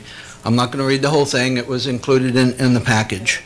But she talks about how on the south side of the hotel, the second-story guests on the south side of the hotel have witnessed people going in and out, customers and dispensary staff smoking in the Days Inn parking area, which is illegal. They're not allowed to hang out or smoke in the Phoenix parking lot, so they end up in our Days Inn parking lot. They have like regular customers who park on the west side of the hotel every day and walk over to buy products from the dispensary. I nearly got in a fist fight with a man and woman in the parking in our hotel area. They threatened to beat me up and bring their friends to do it. I emailed the Phoenix owner, who has never responded back to me. And I have spoken to the manager of that dispensary about the parking and smoking on our property issues. The manager even caught someone after I called him. They were smoking on our property. So I don't know about this. It's not tolerated. Everyone's going to be chased away. I think they'll be chased away from the property of the dispensary. But beyond that, they move the problem somewhere else.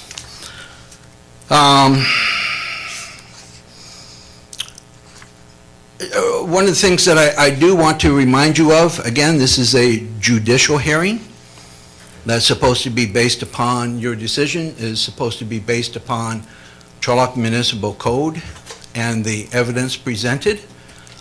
I think I'm going to repeat that. So my understanding is this is a quasi-judicial hearing, and your decisions are supposed to be based like a judge solely upon the Turlock Municipal Code and the evidence that was presented.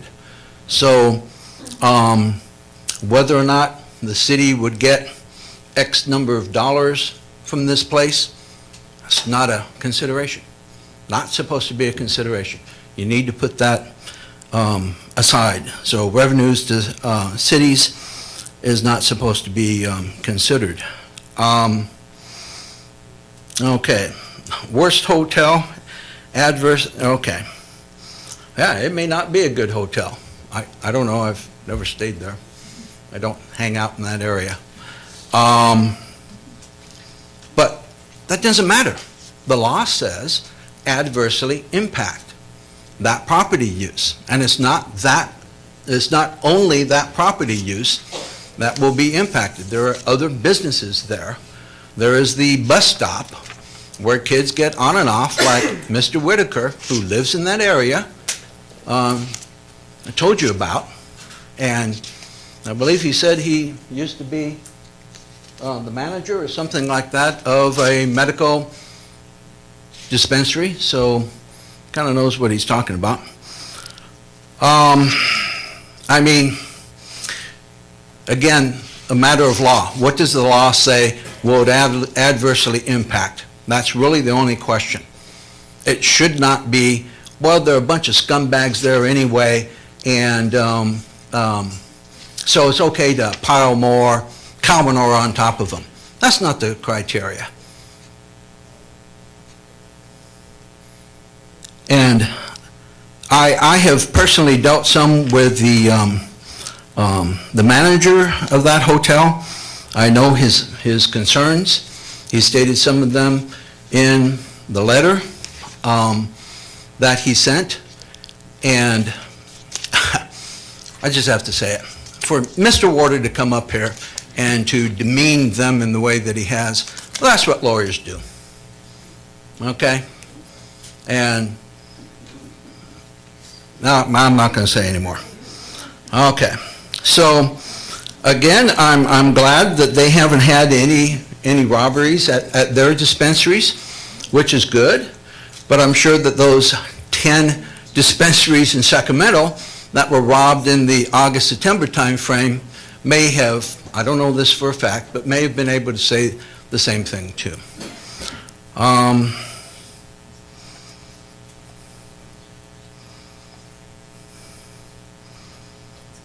And there was a little confusion. There was a reference to someone, I forget, Mr. Puffer. I think that's his name, right? Sorry about that. Seemed like there was some confusion there that the statement about came from Chicago. It didn't. It came from Sacramento. And it's not 1,600 feet. It's 600 feet versus 1,000. Okay. Just wanted to clear that up, if possible. I do remember Mr. Warda on tape at one of the meetings promising that the principal at Osborne would be talked to. As far as I know, he's not been talked to. And that's actually something here that I would point out. I want to contrast Perfect Union that was just recently granted a CUP last week for Tuolumne, kind of the corner of Tuolumne and Golden State, Northern Golden State. Now, one of the things that they did is they made an effort to win the support of the community. And how did they do that? Can you bring me more water, please, down there? Sorry about that. I'm going to pull a Marco Rubio. Yes. Thank you. At least someone gets my joke. Yeah, where was it? Okay, Perfect Union. They had one of their vice presidents, Katie Maple, who went out and talked to the adjoining businesses, okay, and she printed up flyers, went around to the properties on the side, okay, properties, I mean the homeowners, the houses on the side, the people that she found there, she talked to, asked them about their concerns, addressed their concerns for the people who weren't there. She left the flyer, left a business card, okay. I believe she even sent a video to the Assyrian, Assyrian American Civic Club? Yes, thank you. And according to an email that I got from her, they played that video at a general meeting, asked for comments, and I guess there weren't any objections or anything like that. To me, that's what it means, reaching out to the community and gathering support, okay? The cannabis pilot program requires that the potential impact on the neighborhood will be evaluated. And the criteria for that evaluation was stated by Mr. White at two different meetings. I believe it was the July 18th and July 23rd. July 18th, well, I've watched all these videos. July 18th Planning Commission video and the July 23rd Joint Planning Commission City Council meeting, where he laid out the criteria that they have to win the support of the community. Perfect Union reached out, tried to do that. As far as I know, maybe I'm wrong, but as far as I know, that wasn't done with Firehouse. I don't know that they have talked to, I mean, I would think, since I've talked to the manager of Evergreen and talked to the manager of Days Inn, that they would have told me if Firehouse had reached out to them. And as far as I know, they have not. As far as I know, the principal at Osborne was not talked to. You know, I'll contrast that also. You know, there weren't any community meetings. There was another CUP recently, Jessica's House. Wonderful program, helping grieving children, teens and their families. I know from personal experience how devastating that can be in someone's life. So they're doing wonderful work, and they're going to build a facility next to the, yes, thank you, Cornerstone Church. And when they came for their CUP before the Planning Commission, they had held a community meeting to get the input from the community and try to answer any of their concerns. So I'm giving you two examples of companies that to me seem to want to be a good neighbor, a good part of the community.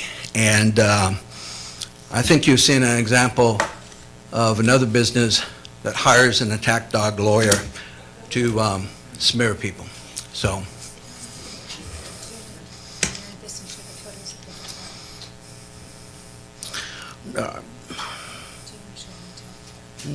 No, they saw the hotel already. Yeah, you saw the hotel in Modesto, so, yeah. I think I've taken enough of their time. Oh, so, thank you. Any I last appreciate your questions time. of Mr. Bridegroom? Consideration? Thank you for your time. I will close the Thank public you. hearing, bring it back for consideration. I think we closed it. When they exceed Yes. the rebuttal. Can you speak up? If this is quasi judicial, when he's bringing up new issues that weren't brought up before in rebuttal, the applicant here should have an opportunity to respond to a couple of the issues that he raised that weren't. Go and do it. Okay. Okay.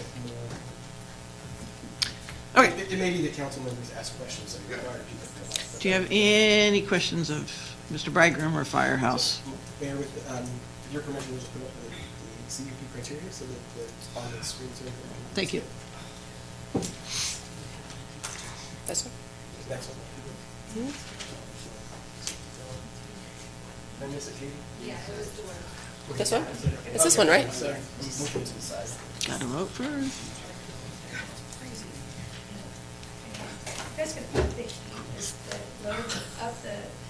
It's cold in here. Yeah. It's freezing. I'm old and going through menopause. As soon as we vote. Okay. So, reading the conditional use permit, everybody has the availability to look at it and see what the findings are for our planning commissioners in relation to this. You've heard Mr. Bridegroom, you've heard the Firehouse. Is there any last questions of either Mr. Bridegroom or Firehouse? Okay, then I will definitely close the public hearing. Are there comments before Councilmember Arena gets back? Yes. Yes. Couple of questions. I put out some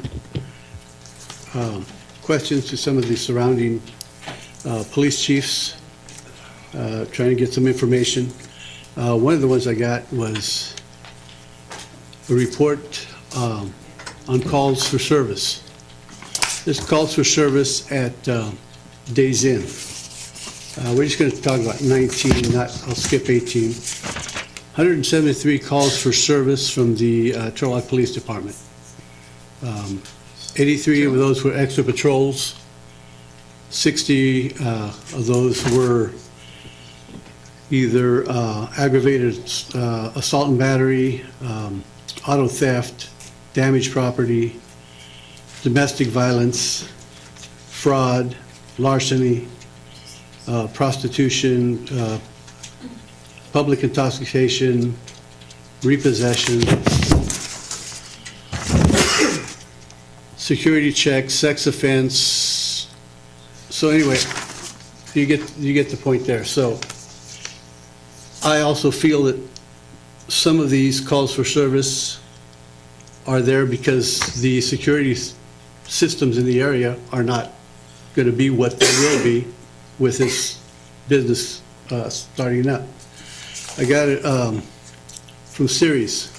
I asked him, what kind of issues have you had? There's a Pacific Care First on Angie Avenue since January of 2018, 34 calls for service. The calls range from traffic collisions, suspicious people in cars, threats, other miscellaneous stuff. This is from the police chief in Sirius, by the way. We did have one robbery call in January of 2019. After reading the report, this case was not a robbery after all.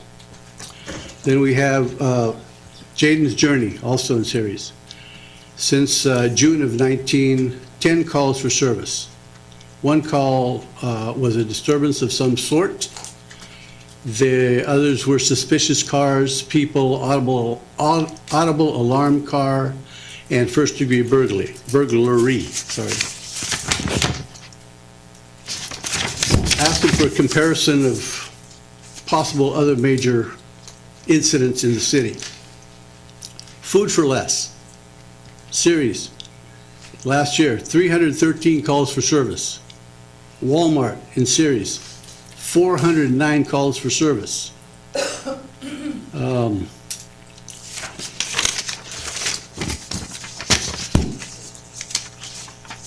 Letter here from the City of Modesto. Letters in response to requests for an overview of police calls for service related to your business, Finos Cannabis. Since the opening of your commercial cannabis business, the Modesto Police Department has not received any police calls for service to your business.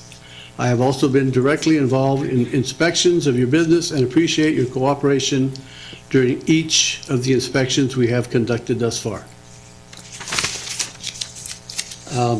You want us to base this on evidence. I consider this evidence.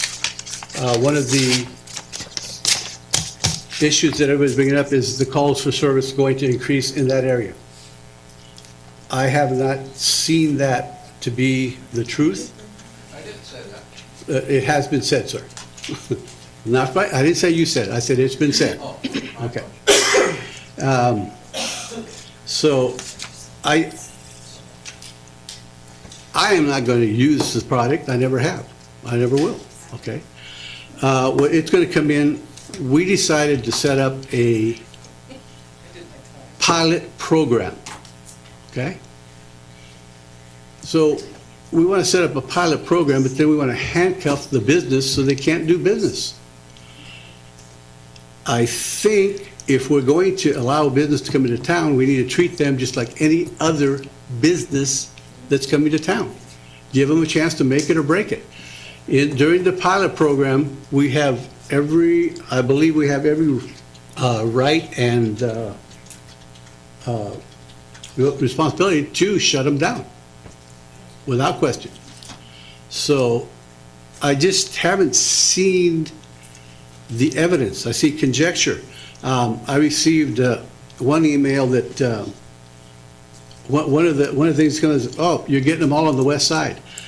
I got an email that said it had about a half a dozen other proposed sites. Guess what? They were all on the west side.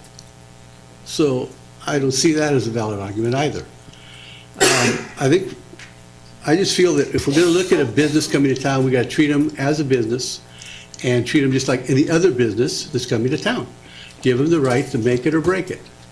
If they are not good neighbors, if they are having issues with calls for service, we shut them down. So, thank you. Other comments?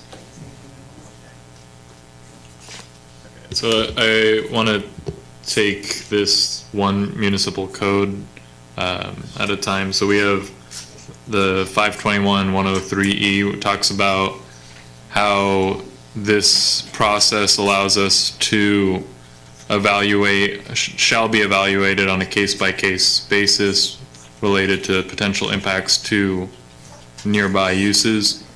The mention of secure the support of the neighbors is not in the code.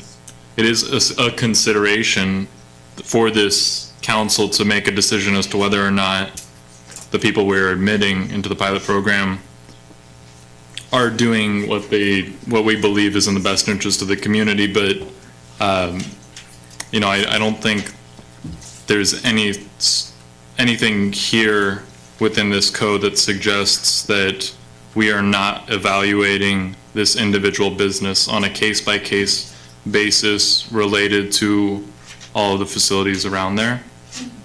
On the second one, we've got 604 related to adverse impacts to nearby land use.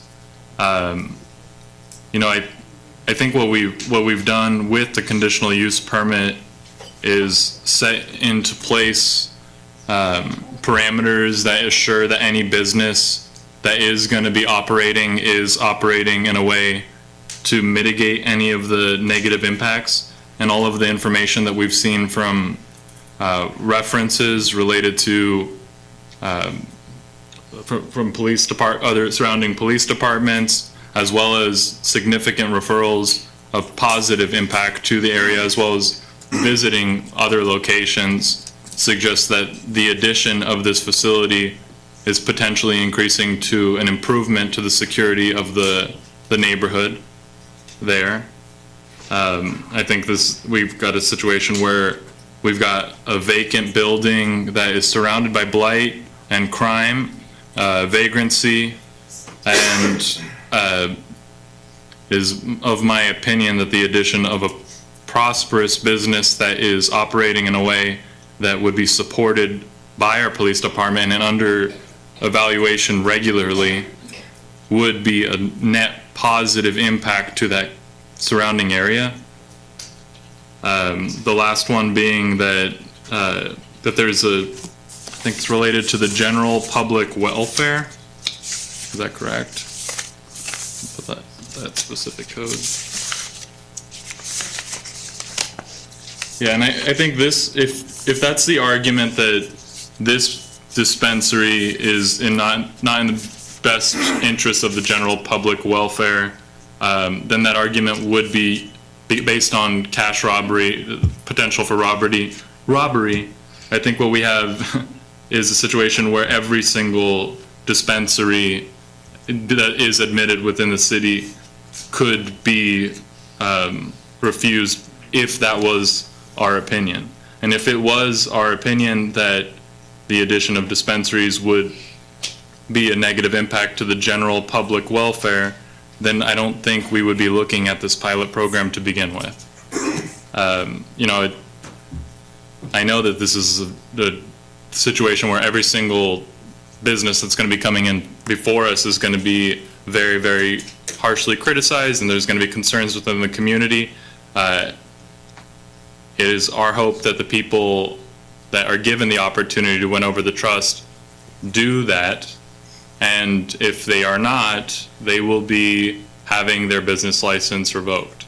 It's something that you know, we don't take lightly, and I do appreciate you going to great lengths to evaluate this process and whether or not the neighbors are supportive of it. But I know that no matter what,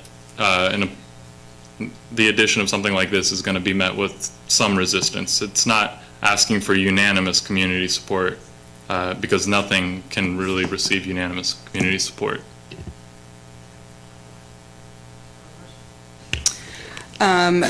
Mr. Brigram, I think it should be applauded, the efforts you went with this. It shows how much you care and how much of your own time you're going to give to this community, and I think that should be applauded by not only all of us sitting up here, but everyone who comes to these meetings. One thing you said is, you referenced your time you spend around that neighborhood, and you said that I don't really hang out there, and that's also the case with me at this time. When I was younger, I did also learn how to swim at Columbia. My family members that work in the industry surrounding that area. I rode my bike up and down West Main when it was more fun to ride your bike down on the sidewalks. But that's not the case anymore, which is a good thing. So after we received this appeal, I did what I have experience doing, and I door knocked. I went to that area for about 3 hours on Saturday and walked all around the neighborhood in the back and asking them if they knew that there was a dispensary coming to this site. All of them that I talked to said yes, they knew. These ranged from parents with kids playing in the courts. It's a beautiful neighborhood over there. And kids, with grandparents, mothers and fathers. And all of them knew that this project was coming. And then without me trying to pry them with what's going to be put there in terms of of the of security and all of the positive sides of it. I just asked if they were okay with it. And overwhelmingly, the answer was yes, or just indifference. I set up meetings. I asked to speak to all the managers in the surrounding businesses. I went to all of the shops, Burger King, both of the gas stations, both of the hotels, and I actually met with Darren, the manager of Days Inn, today. By the end of our conversation, after I explained the entire process of our pilot program and how we went to great lengths to ensure that our operators that are chosen are the best of the best, and we ensure that they prioritize the safety of the communities that they work in, Mr. Darren said he was happy that the number one was going to potentially be in their neighborhood. Understanding there's concerns, sure, with the smoking and the non-smoking in the parking lots. There's no smoking in that entire parking lot. Now, all of the potential dispensary, the hotel, and the hotel behind it. It will be a no smoking business park. And if there were problems that they were experiencing at the Days Inn, yet they have more calls for service in Modesto, at the Days Inn Modesto, yet they have more calls for service in Modesto, I would suggest that manager should call the police for the things that they were writing in that letter. It sounds like that's a really good step in the right direction. So with that being said, I don't feel that I take to heart what you advised Mr. Bygroom through this quasi-judicial operation, that we need to take all the experiences that we've had throughout this process aside and look at the law. And I don't see a lack of local community support. I truly believe with the evidence base that have been given to us and presented, that this business will not adversely affect the activities that are already occurring in that parking lot.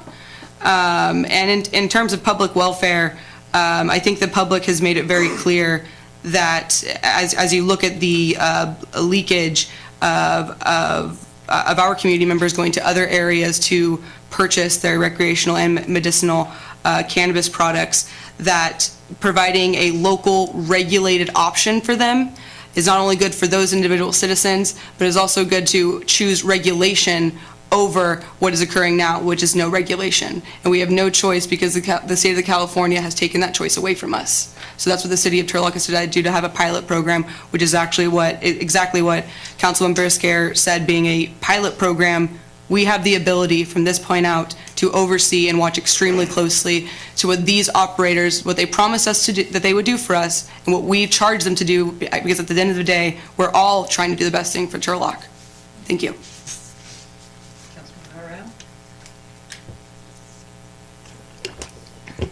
So just to kind of wrap it up, in a nutshell, I do want to thank you for coming and being involved in the process and voicing your concerns, and your concerns have not gone unnoticed or taken lightly with this council. So I do thank you for doing that. My business has been located in that area for 17 years. So I am very aware of that area. I grew up going to Lions, eating dinner after church and going to the Waffle House. That area has never been that safe. So I don't go there late at night to get gas. I make sure that my doors are locked, even in the area where our business is located. I think that having a pilot program is not going to come without some challenges and growing pains, and this is the first time that we've had something like this in our community, and it's not to be taken lightly on any account. I did do my research. I'm not very familiar with marijuana products, so I did go into the businesses that are wanting to come to our area, and I was very satisfied at the level of service and the level of security that they and the level of employees actually that they were employing in their facilities. So as a business owner, as multiple business owners, it's very hard to find good employees. It's hard to find people that follow through. And I really felt like these businesses were not only able to meet the minimum standards of what the communities have asked for, but have exceeded that. We do have measures and controls and caveats in place, and we don't have that on a lot of our businesses that we probably should have that on right now. So, in talking to some of my business partners and business associates, there's 2 hotels on that side of town that do need some further scrutiny from the police department, and I understand that we have limited resources, but they're taking up a lot of our resources, including our fire department and our police department. So 2 of those are identified as the sex trafficking capital of California. So I think we need to maybe turn the corner and look at that. It's opened up some other can of worms that we probably need to deal with. But I think that in moving forward, I feel confident that we have the measures in place that if we need to take action, that we can. And we need to give them an opportunity to be successful. I would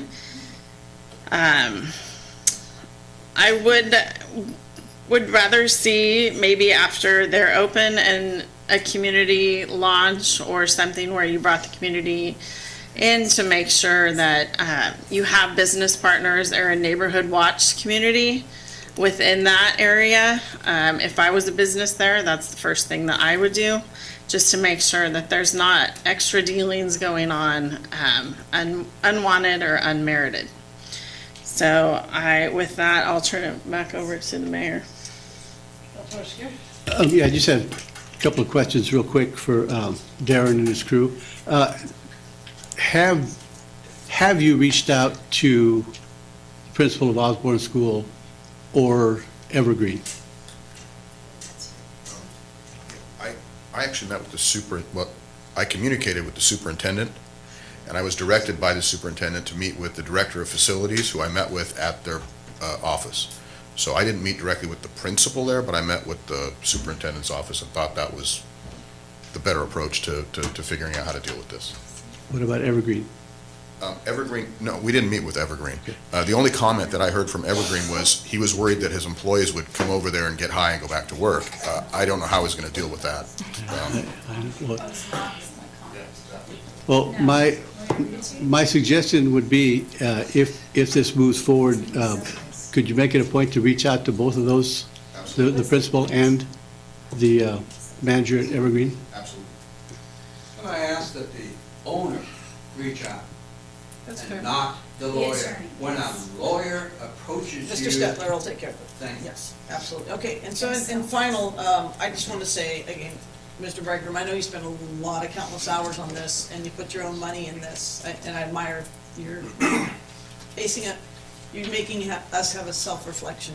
And Mr. White, you've heard me say several times that I think we're going too fast, and it's not the firehouse's problem, it was ours. We did things wrong that we should have done. And it was you having to point it out to us. So I'm sure from this point on, both the DA and the CUP will have the same type things, Mr. White? Yeah, so on the DAs, which we still have to go through, Evergreen, which changed addresses, has to go back and we could amend it, but we'll probably just do a new one, as well as Natural Healing Center. When those go back through, we've decided to, do the 500 feet, which is 200 yards further than what's legally required by the state, as well as do the property posting. So we'll be doing that going forward. So. When you go too fast, you end up making mistakes, and we just proved that. Thank you, Mr. Bridegroom, for that. On the vote, obviously, I'm going to be the most consistent person ever. I still think that it's illegal. Federally, you can't do this, and so therefore, I'll stick with my consistency. Is there a motion? Oh, I'm sorry, one other thing. Whomever's putting this together on the agenda, there should always be an option that we were going to vote for Mr. Bridegroom, and here it just basically is like, no. So I would hope in the future we don't do that. Okay. Thank you. What's the will of council? Move to deny the appeal and affirm the planning commission.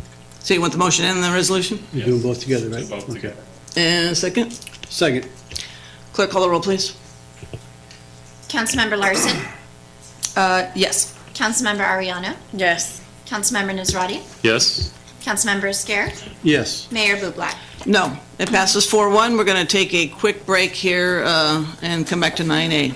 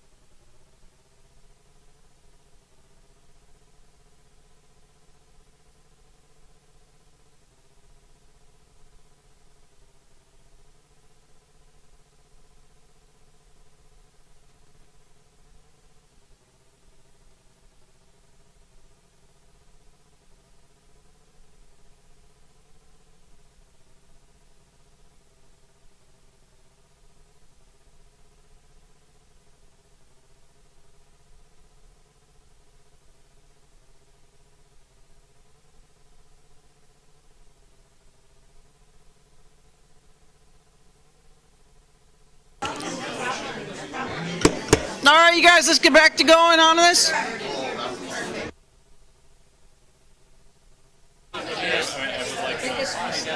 I do feel Council ready to come back now? Anybody want to sit up here with me?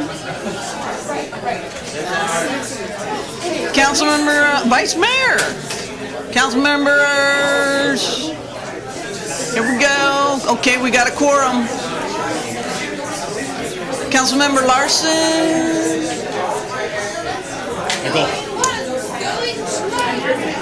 Councilmember Scare, where are you, sir?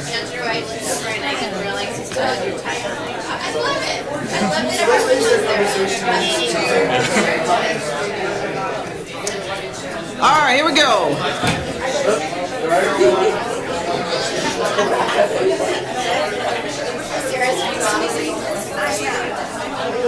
No. You can, you don't have to. All right. Councilmember Larson, we are going to begin now with item 9A. Request to appoint Toby Wells as city manager, approve a city manager employment agreement between the city of Turlock and Toby Wells, and set terms of employment, salary, and benefits for the city manager position. Mr. White. All right, Mayor and Council, what you have before you, well, I should start with saying it's my distinct privilege to be the staff responsible for this item tonight. It's not very often that you get the opportunity to consider and potentially hire one of your own. Mr. Wells has been a Turlock resident for multiple decades here and has raised his family here. He currently serves as the city manager for the city of Ceres, which outside of Modesto would be the city closest in size to Turlock in Stanislaus County. He has a wealth of experience both in the private sector as well as the public, and started his career back in 1998 in Turlock and has kind of gone on and progressed accordingly. Again, I talked a little bit about the fact that he has private experience where he used to work for Pulte Homes as a land acquisition folks. Then he opened up his own company and did land use planning for a number of different private clients and developers and so on. This process started when Mr. Wells applied some years ago and with a different council, different staff up here at the dais in 2017 through recruitment, the professional recruitment done by Peckham and McKinney. He was, in addition to that one, there was another professional recruitment that was done by Robert Nair and Associates. I think that's right. Nair and Associates? Nair and Associates. Which elicited 48 different candidates, 21 of which were moved on for consideration for the council to select who they would want to do. Mr. Wells stood out during that process, and in June of 2017 participated in 4 different public panels, including a council-appointed panel, which I think Mr. Treeweiler sat on, a business panel, a community leadership panel, and a city director executive panel. He was ranked, did extremely well and moved on in that recruitment and had an interview with the council subsequently. Following that, most recently, Councilmember Larson requested that an item be placed on closed session agenda for council consideration to look into interviewing Mr. Wells. There was direction given on from the city council to negotiate the contract that was before you and the parameters that to be done this. And this is the next step in that process that started in 2017, is culminating in 2020 with consideration of the contract. With that, the highlights of the contract are that it is for a salary of $220,000 per year over a course of 3 years. There are no escalators, no increases during that time. And it is a 3-year term, and there's an 8-month severance clause if Mr. Wells was terminated for anything that would where there wasn't just cause, meaning he had done something, wrong, just incompatible management styles or something of that nature. So again, it would be a 3-year contract, and after that, the council would have to go down the line. He is not going to be employee subject to the normal kind of pay scales, much like you did with the last, well, at least the last city manager, Mr. Lawton. His contract would be done by council, and that's set forth in the agenda before you that's included in everybody's packet. With that, I'm happy to answer any questions. He is one of the few candidates that we did have. I think we're trying to figure out the exact number of the 60 total. I'm sorry. Let me start again. In 2018, we had the Peckham and McKinney recruitment. 2017, we had the Nair and Associates recruitment, and 2019, we had the internal recruitment that had 60 total candidates, and of those total candidates, only 6 of them had California city manager experience. So again, it's my honor to be able to, introduce this item, and happy to answer any questions that you might have about the item or the contract. And I might say that Mr. Wells is here, so he can answer any questions that the council may have, as well as the public. Questions for Mr. White? I have just something to say, since our city attorney noted that I was a council member that asked this item to come to our closed session. I wanted to explain to the public, it's been confidential up until now because it's been in closed session. It was considered a personnel matter. So I want to take this time to explain why I did this. It's become very clear that the city of Turlock is lacking consistency in city management for a number of years now.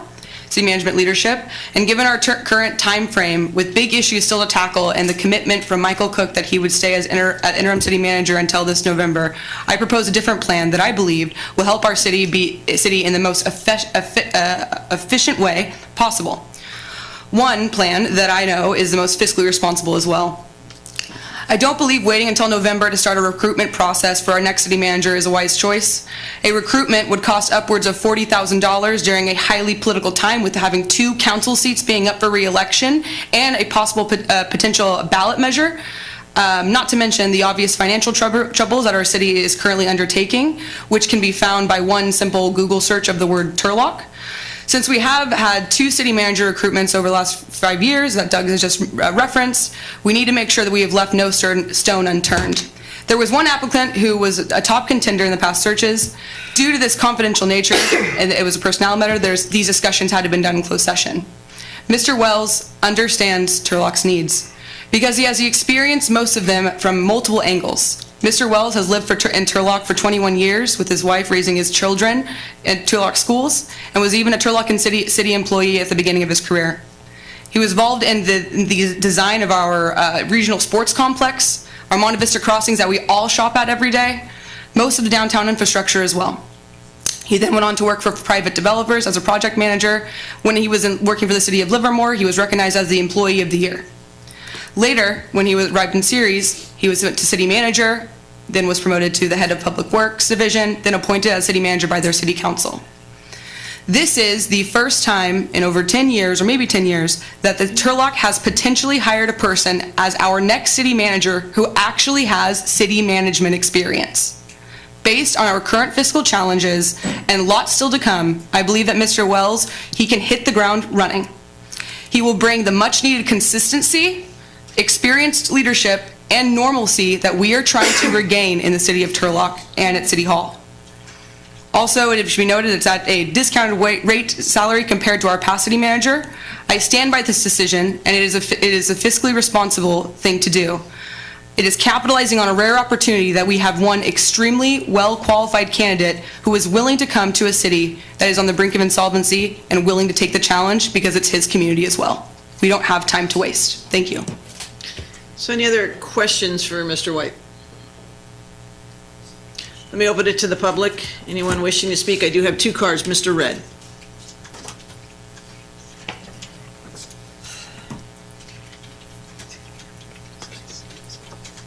Good evening again, Council. Well, I thank Councilmember Larson for saying that the process has been inconsistent. The actions of this council have been consistent, and it's consistent that you're not being transparent with the public. In a time when the community is saying to you folks, hey, we don't trust the way you're driving this city, be more transparent, you hold a closed session interview, an interview that could have happened in public. We've had public attended events where we've interviewed people before. There's nothing against Mr. Wells. I don't know him personally. I do know friends from mine that work with him in series, and I hear good things about him. Shoulder tapping and headhunting happens all the time in the corporate world. That's not an issue. But what is at issue is the fact that you basically hired this man in secret off a list 3 years ago. Okay? And the fact that we hired him at a discounted rate, forgive me, but I think Mr. Lawton made $216 and we're offering him $220. And on top of that, we're going to give him another $7,700 if he chooses to put money in deferred comp, and the city's going to match that. And then on top of that, we're going to give him another $6,600 into his HSA account, which is 3% of his salary. Again, we've got folks over here that have cut bodies and positions, but yet, again, according to the Modesto Bee, the record of the news of record, Mr. Wells makes $185,000 at series. He's going to come here and make $220. We're going to give him a 19% raise to come here. I have a lot of lateral police officers that would come here for a 19% raise. You can hire them tomorrow, and you can do your backroom interview with them, and we can get them over here, and we can do a background on them. I'm a little bit concerned that in this council where you're making the employees suffer, and every one of you had no problem imposing a contract on these employees that took away something that we all negotiated for in good faith, you want the public now to trust your interview with this candidate that he's going to be the best for Turlock. I would ask that if you're going to move forward with this process, allow there to be something that invites the public to come and meet Mr. Wells as well. I appreciate Mr. White and Ms. Lawson giving accolades to this man and basically giving you his personal resume about all these places he worked, but I'd like to hear it from him. I'd like to have the people ask him questions about potholes on Columbia or his views on marijuana dispensaries across from the Days Inn. Thank you. Cynthia McClellan. Mayor and council members and staff members, thank you for having me tonight. This is kind of close to my heart. I had a long speech written, and this gentleman said quite a bit. One of the things that concerns me about this is Mr. White is a contracted employee here and in series. Who hired him in series? And why is Toby Wells the only candidate that we have? If we're paying that amount of money, why aren't we looking for a public administrator? We need help here. And I don't want Turlock to turn into series. That's my feeling. I worked 36 years in government. I worked in series for 25 years. I also worked for Stanislaus County. I was in my 12th year there. So I'm very familiar with politics and the backroom politics. Having a closed session about this is absolutely heinous. This public deserves a hell of a lot better than what you're giving them. And as far as I'm concerned, we should not settle. Where is the transparency in this? Where is that? You people should be ashamed of yourselves for doing this. You sit there nodding your head, but that doesn't help us. You people need to care about Turlock, and you need to care about the public, not yourselves. And thank you for having me. Anyone else wishing to speak? Yes. Good evening again. I think I was probably also on that last city manager go-around we had as a pastor representing the west side of Turlock. And the thing that we have to understand is that I don't even know if I was supposed to say that. That's all confidential. It's closed. Those of us who, and there are other people here who were there that day, we can't share how the 4 people were ranked. So I don't know how you all knew, because I sure didn't. It's nothing to do with Mr. Wells, but I stand here and I wonder, I don't care how much money it costs. You spent $40,000 to find out if we should get a tax. You can spend $20,000 to run the panels like we always have here. It's not right to choose a city manager based on the opinion of a few. We need help. We have big city problems here. We have them, we don't have a city manager. I love Michael, he knows that. You're awesome. I just don't see how we're gonna move ahead in the city until there is the transparency they talked about. Detective Red made a really good point. I've sat on so many over and over for the city of Turlock, for police, and then for city manager, and this is appalling. Anyone else? Actually, let's get through this. Ms. Robertson. Thank you. My name is Marie Roberson, and I want to know why Mr. White and Mr. Wells all work together. How come in our county alone, there's a lot of people in your law firm that run our county? Shame on you.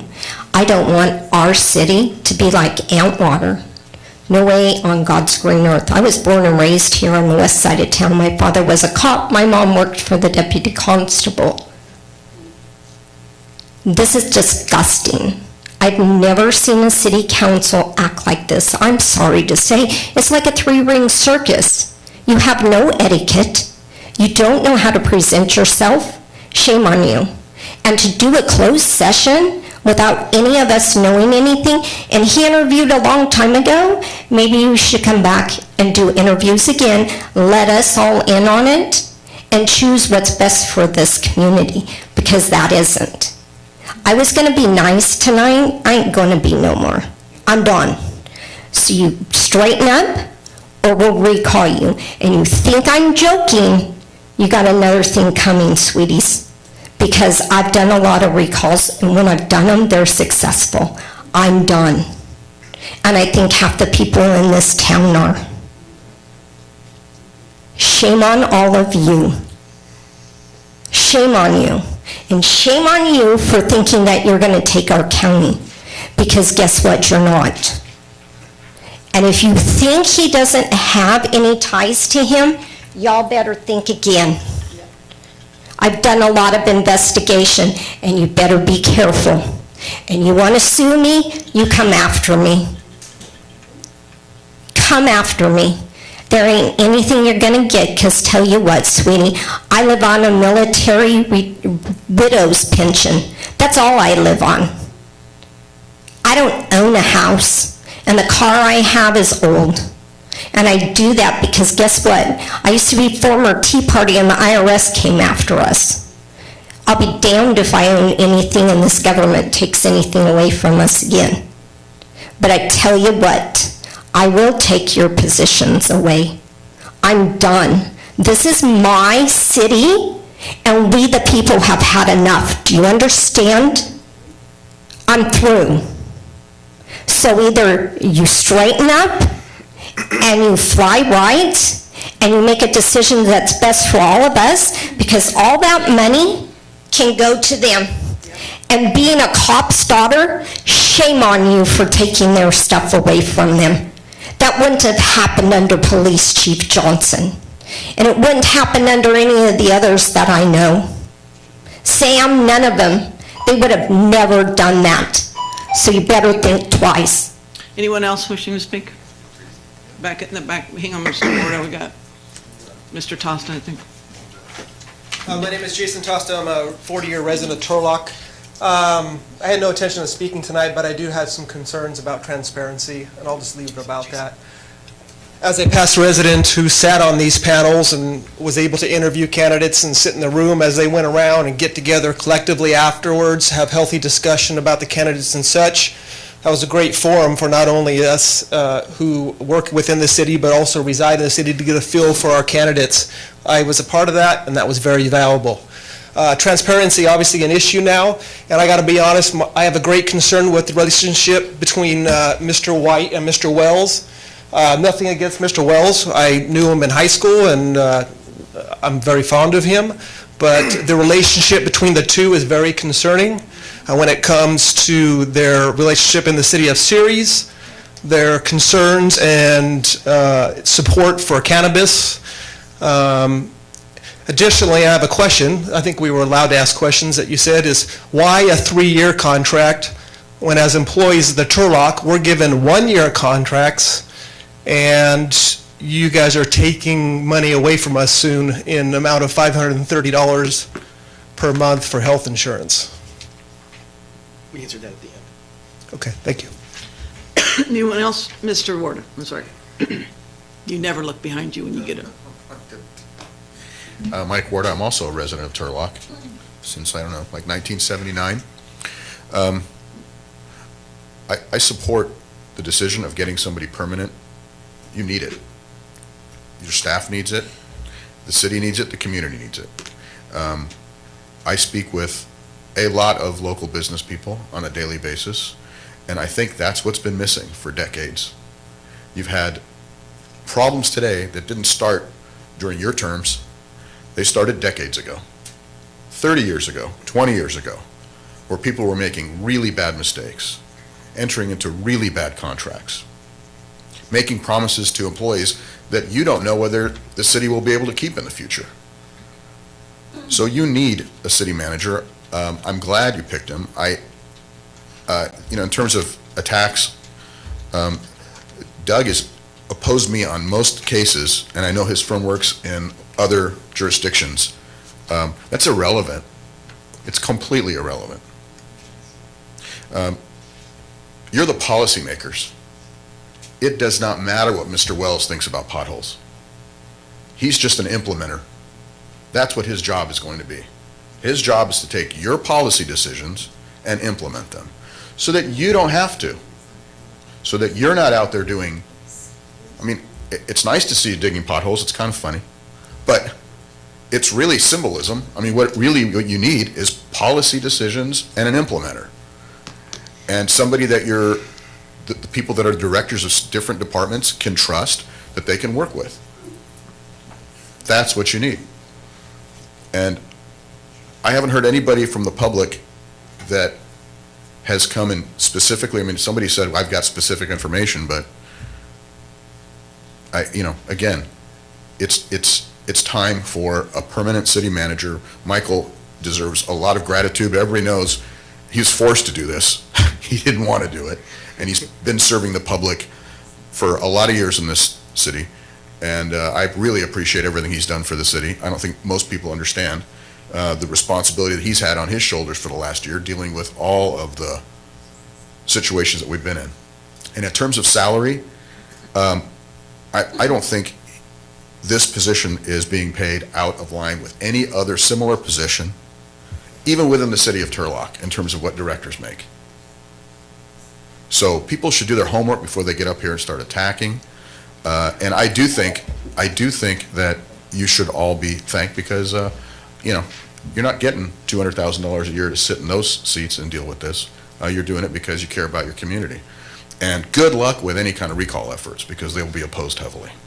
Thank you. Anyone else wishing to speak? Yes, come on up.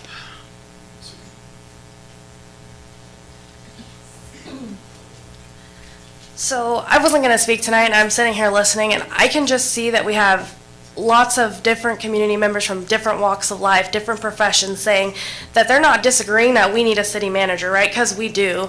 And I do think Michael's done a great job, but we need somebody permanent that has the best interest for the city.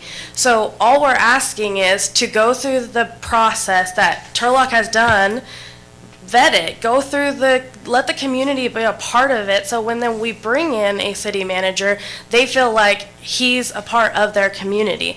And I really feel bad for Toby because somebody told me that Toby has always really wanted to work in Turlock, and I just think that it was an injustice to do it this way because if he doesn't get it tonight, it's not his fault. It literally is the process.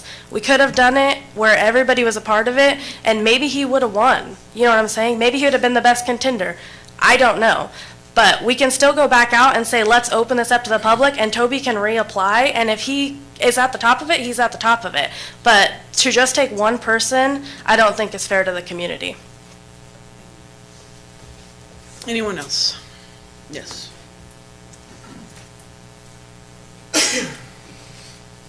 Okay, now I'm going to tell you who I am. I'm Michael Charamello from the city of Dixon. I was a councilman there. I've been following meetings in Dixon for 25 years, writing in a newspaper. And I've also been following what happened in Atwater and Siri's connection to that, which has nothing to do with anything other than the fact that Mr. White's firm, not Mr. White himself, was involved. I believe it was Tom Hallinan as their person in Siri's. But the fact of the matter is, these people are too closely tied. And I'm wondering, do you have a human resources director in this city? Is there one? No. Well, you need to hire one, because you shouldn't be doing these $40,000 recruitments. I was part of recruiting the last city manager we had in Dixon, and we had 65 candidates, and the salary amount at that time was $120,000. And what did the mayor do? He pushed it up to $140,000 immediately, and then gave them $10,000 raises the next 4 years, and it couldn't be touched. 80% of your expenses normally go to administration costs, employees, whatever. You're giving this guy $220,000? State legislators don't make that kind of money. And I mean, this is the problem we have as communities. We don't look at the big picture. You're saying you're in bankruptcy, close to bankruptcy? Well, I got news for you. This ain't going to help you dig your way out of it. You know, the marijuana situation and all the rest of that, that's pie in the sky. It may work, it may not work. And we're seeing a lot of these people complaining now about the excessive taxation. I did make a couple of other notes here. Councilwoman Larson, I think that your comments would have been better off waiting till the end, because now you've already told the people here, you've made up your mind. This man is the one that you want. You're supposed to be listening to the public, you're supposed to be listening to arguments for and against, and then make your decision based on what you have plus that. I think that's a disservice to the community. I understand that, I did want to say something about Mr. Red. I think his comments are very appropriate. And one of the things is not just the salary for the city manager. I cannot believe Mr. White isn't going to be jacking you up for $1 million a year. Patterson, the city of Patterson, $4.5 million over 4.5 years is what Mr. White's firm charged them. Atwater was close to $1 million. Dixon was close to $1 million last year. Every community he goes into, other than maybe Angels Camp because they don't have any money, this is what, I don't call it billing, I call it bilking, and that's what it amounts to. As far as the committees go, people that serve on these committees are usually hand-picked. Thank you, sir. And when you have hand-picked, you're not going to get Excuse me. a broad range. You're going to get the opinions of the people that you want that reflect exactly what you want. Thank you for coming. And I'll end it. Thank you. Mr. Red, did you have any time left? I know you had like less than a minute too. I'm not bashing on Mr. White or Mr. Wells. I will agree with Mr. Warda and to the fact that, yes, we need to hire a city manager. No question about that. The thing I'm disagreeing with Mr. Warda is he's not a puppet for you guys to pull the strings and he just implements. He's supposed to guide you, you guide him. Okay? Manage. He manages the city, but he helps you guys as well. The other thing is we have officers and firefighters that are 27% below the average cities that you want to give this man what's in line with the average cities. Can you suffer like the rest of us? I remember Roy Wasden, and I challenge you, Mr. Wells, if you're accepted. Roy Wasden gave back 5% of his salary. I challenge you to do the same if you're accepted. Thank you. Thank you. Now? Yes, I think you have 1 minute left. Thank you. And thank you for seeing me again. I have done my homework, to the man that's talking, not paying attention. And I would like to know why the director of HR and why the director of finance both quit abruptly in series. This should concern you. It should really concern you. I still have friends on council there, and I understand some things happened that shouldn't have. This should concern you. You need to stop this vote tonight, and you need to get a thorough and transparent recruitment for city manager or a public administrator. We deserve more officers. We deserve more firefighters. We are suffering. When I call because something has happened in the area that I'm in, and an officer tells me, "I'm sorry, but we can't do that. We can't come out." Why not? Thank you. Anyone who hasn't spoken? Mr. Puffer. You're next, Travis. Sorry. You're out of my personal. Bob Puffer. There's a ballot measure we want to put up for a half or 1 cent. When does that have to be put up, and when does it have to be finalized or whatever else? That'll be on the next topic after this. Okay.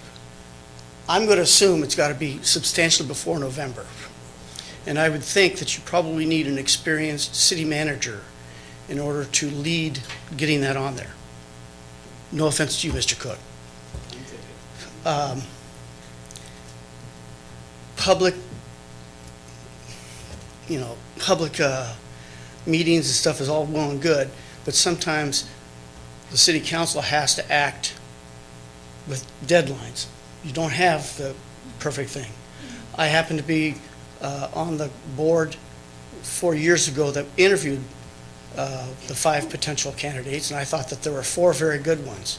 One of them was Mr. Wells, and I think that you should take him because we don't have time to do a search and all that stuff. We've got to get a ballot going now. Thank you.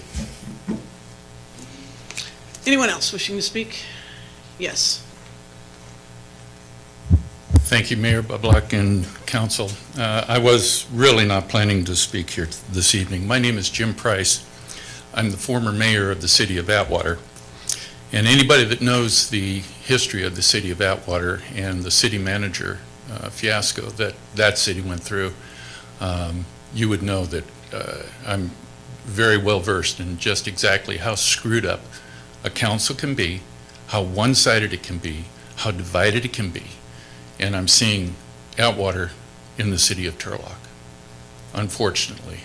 I think that you're doing yourself and the citizens a disservice that you are not going out and finding a good headhunter somewhere.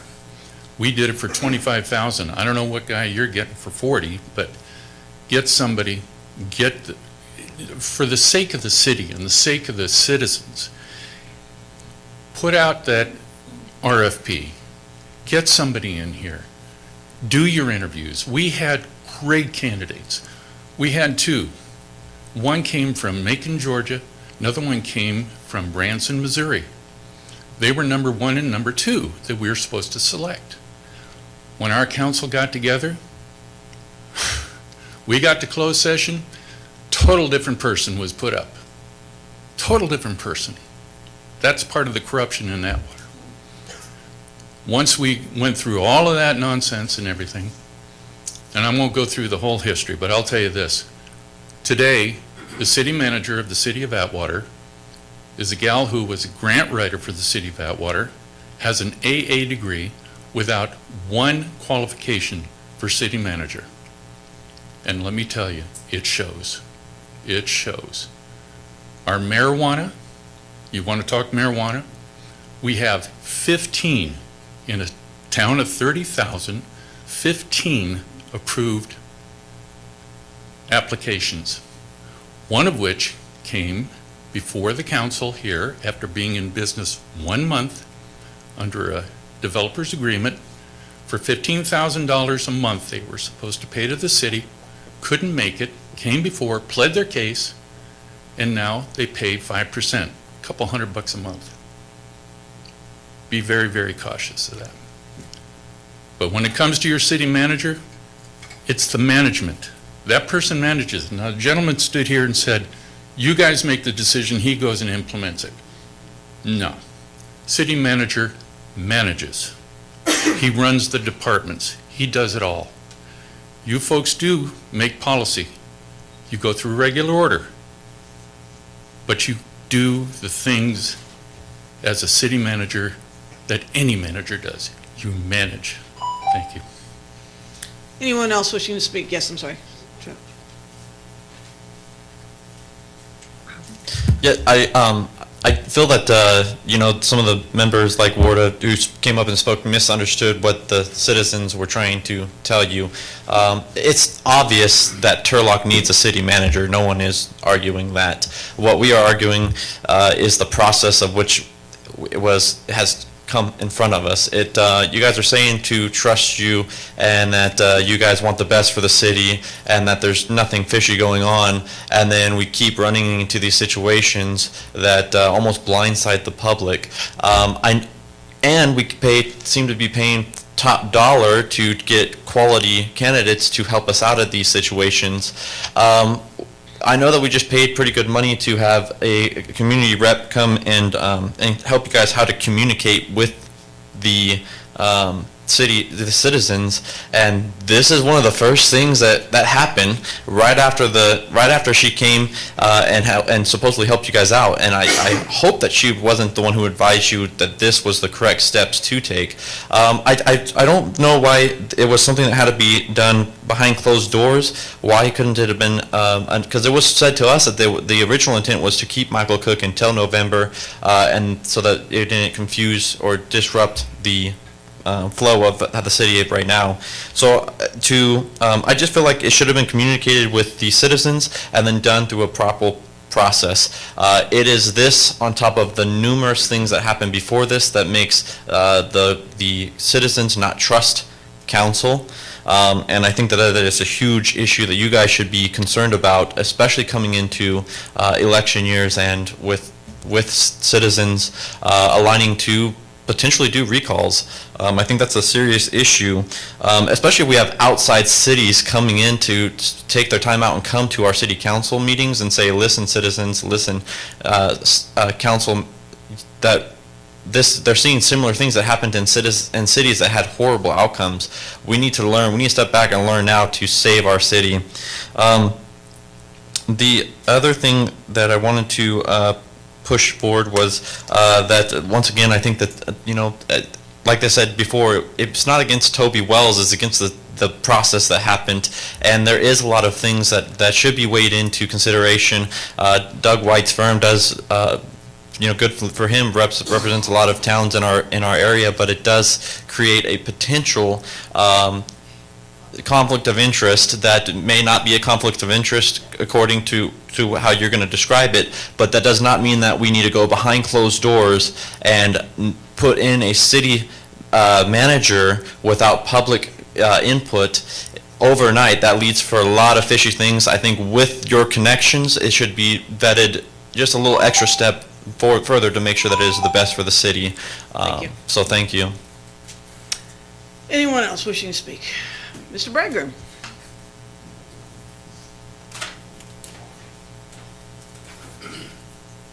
Hey, no one else got up to speak. You said my name. Okay. Okay, very quickly. Just kind of wanted to refer to something that the mayor said in your comments about the appeal. How can I phrase this? You talked about how basically I had to file the appeal, took money out of my savings, a month of my time, to be able to bring this before the council so that you actually had the right to vote on that issue, because that was denied you. The public was kind of semi-denied being able to bring their opinions before you. Now, how did that happen? Okay, I don't know exactly, but like you said, because of the rushed process, the development agreements weren't done properly. Development agreements had to be properly noticed. They were not properly noticed. And it also appears that the council, the commissioners, and the public were not properly advised of what development agreements are and what you were actually voting to approve. And it took someone like me to ask the question of, what is a development agreement? Well, maybe I'll look at the Turlock Municipal Code and see if I can figure it out. Okay, now why do I bring all that up? Because like you said, Mayor, it was a rushed process. and we've heard some of the same words here. I would just say again, transparency, people, please. Do we have to get on our hands and knees and beg? Transparency is important. I know that we need, if you're going to do a ballot measure, there is a timeline. I don't know the specific details, okay? But I would hope that we could have a little bit more transparency and public input in this process. I think that would be good. And I will close with thank you, Sir Michael, for everything you do. I've written you before. I've told you privately, but I will tell you now publicly. I appreciate what you do, okay? And I believe an awful lot of people appreciate it. So God bless you. Thank you. Anyone else? Yes.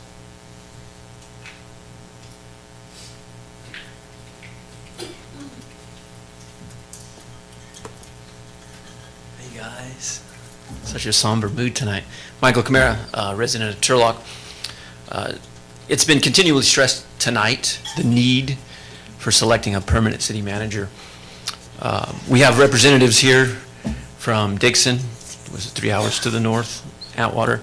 You've seemed to attract quite the entourage, Mr. White. But this is in regards to another position that I believe has been vacant in the city of Turlock for 5+ years, more or less. I don't know if we have a chief financial officer. I don't know if that position's been filled. My understanding it's not been filled for quite some time. And I wonder if we would be here today if it had been filled. That's a question to ponder. But I guess ultimately the amount of public ire and outrage that has been directed tonight, not at Mr. Wells per se, but at the process and at those that are endorsing this process, wanting to move this process forward. Hopefully it would be educational. And to finish off, my last question is to reiterate, I'm still waiting on a response from Mr. White. I believe on the 28th of January, I had asked the question if he had assisted in the writing of a letter by Council Member Becky Ariano, and if private email accounts were used in the writing of that email that constituted official city documents. I'm still waiting on an answer. I have not received a response. Thanks. Anyone else wishing to speak? Okay, we'll close the public hearing and bring it back. Comments? Maybe, do you want me to answer just a couple of the questions? Oh, I'm sorry, yes, please. So just a couple of housekeeping items, I think. Well, you want to go first since you have one as well? So the person in charge of finances in Turlock for the last 4 or 5 years is the Administrative Services Director. That was Kelly Jacobs-Hunter. She's overseeing finance and HR and IT. She vacated that position about 5 months ago. So it was filled for 4 or 5 years before that, and she vacated the position about 5 months ago. So we have had, up until recently, had someone full-time over the finances. Since I've been city manager, I hired someone on a part-time basis to do that work and focus strictly on the finance issues. I work with Sarah on HR and IT issues, so I've kind of split those duties a little bit. But we do have a full-time person, a part-time person focused 100% of her time while she's here on the finance, and I feel that gives us the level of service we need at this time. That was the answer to Mr. Camara's question. Thank you. Mr. White? Yeah, so just real quickly, at least regarding the comment for Atwater, I did have the privilege of serving as the city attorney there for just a little bit over a year. Former Mayor Price is here, and I think it's a fabulous city. It's had its challenges, but anybody who wants to disparage Atwater, I would take issue with that. I think that Atwater's a fabulous town, but it has had its challenges. With that, my firm represents effectively 50 different cities in California. There's about 457 cities throughout, so it's a pretty large percentage-wise, and we represent about 25 to 30 special districts, as well as a number of Fortune 100 companies. The likelihood of us representing somebody who is involved in city government is pretty pretty high. And so, but I think it's important to point out that the city attorney, I want to state the obvious, I think most people know this, but for those who don't, the city attorney and the city manager are typically, in most cities, the only positions that are hired by the council. So I don't have a vote, I don't have a say. Usually the city manager handles the city attorney stuff and the city attorney handles the city manager stuff. That's pretty much throughout the state. But in terms of staffing the process, but I don't have a vote in that process. And they don't have a vote in my hiring. Or independently hired and serve at the will of the majority of the council. With that, why was it a 3-year contract? I think Mr. Tosta asked that question. I was given parameters by council, and Mr. Wells came up with the 3 years number, and that fit within the parameters that I was given. So that's why it was a 3-year contract. And I believe that's it. Yes, question. Yes, I have a question. One of the things that kept coming up during the topic, nobody seems to have any objections to Toby, but transparency keeps coming up and the closed session keeps coming up. Can you explain why the closed session? Well, candidly, we don't do, it's very unusual to do recruitment and interviews in public. It tends to stifle any kind of recruitment because let's say that you're going to bring 5 candidates in. Those candidates don't necessarily want their bosses to know that they're looking for other jobs, and it often makes it into the newspaper and so on. And so then it reduces the quality of your applicant pool that you can likely get, which is why most successful recruitments, and frankly probably 90+ % of all city manager recruitments are done through closed session. It's important to note that these are all personnel items. There's a reason that the government code specifically carves out a provision to handle these types of discussions in closed session. And so we just did it consistent with the intent of why the government code provision and the exemption in the Brown Act was actually put in place in the first place. And follow-up question, had that particular meeting gotten into the public, would we be liable for any kind of legality issues? I think it all depends on what came out and if there was a question that wasn't appropriate or personnel issues. So I think I can't give you a straight yes or no on that answer. I think it depends. I also think it depends on how you view this recruitment. Is this a recruitment that began in 2017 that went through 4 public panels and an interview with the council, or is this just some separate thing? I mean, again, the resume came through us through the 2017, so I think part of it is a matter of perspective of whether or not you think this is just something new or a continuation of something that began some time ago, and there was a public vetting process that even members of this audience participated in. All right, other comments?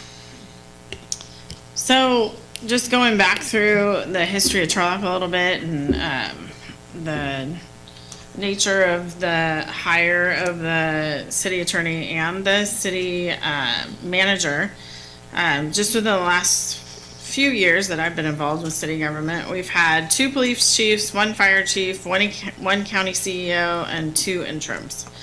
So I think that we need to turn the page a little bit and make sure that we have someone with actual city government experience. And I'm not saying that those people did not do a good job when they were here, but I think that we need to make sure that we have someone moving forward. Michael, I want to thank you for all of your time and effort served in this role. It's not been without its challenges, and I think that you have rose to the occasion, and our staff has risen to the occasion, and I want to thank them too.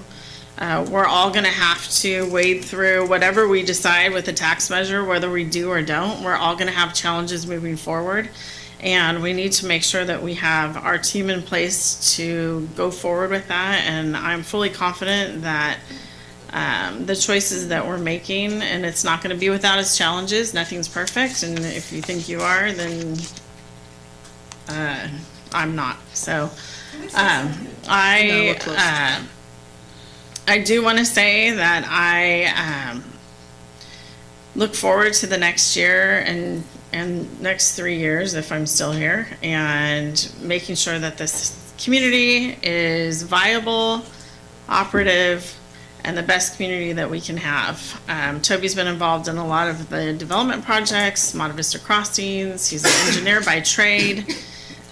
We need a lot of experienced people in the helm, as well as our experienced people, our experienced staff to come together and move this community forward. Whether we get a pass tax or not, we're going to have some really big challenges ahead of us. So that's all I have to say. Councilmember Larson. I just wanted to respond to a couple of the comments. One from the council member. First of all, thank you both for your service, for your communities. Typically, when council members bring items to council, when they endorse the item or they're the ones that direct staff, I felt for this situation it was very important for me to come off before public comment to say, hey, this was what the process that I brought. It was actually an intention to bring more transparency to it since the matter was taken into closed session previously. And it would be disingenuous of me to not show the public that I was the council member that asked the question and asked my colleagues if this was something that we would want to look at immediately.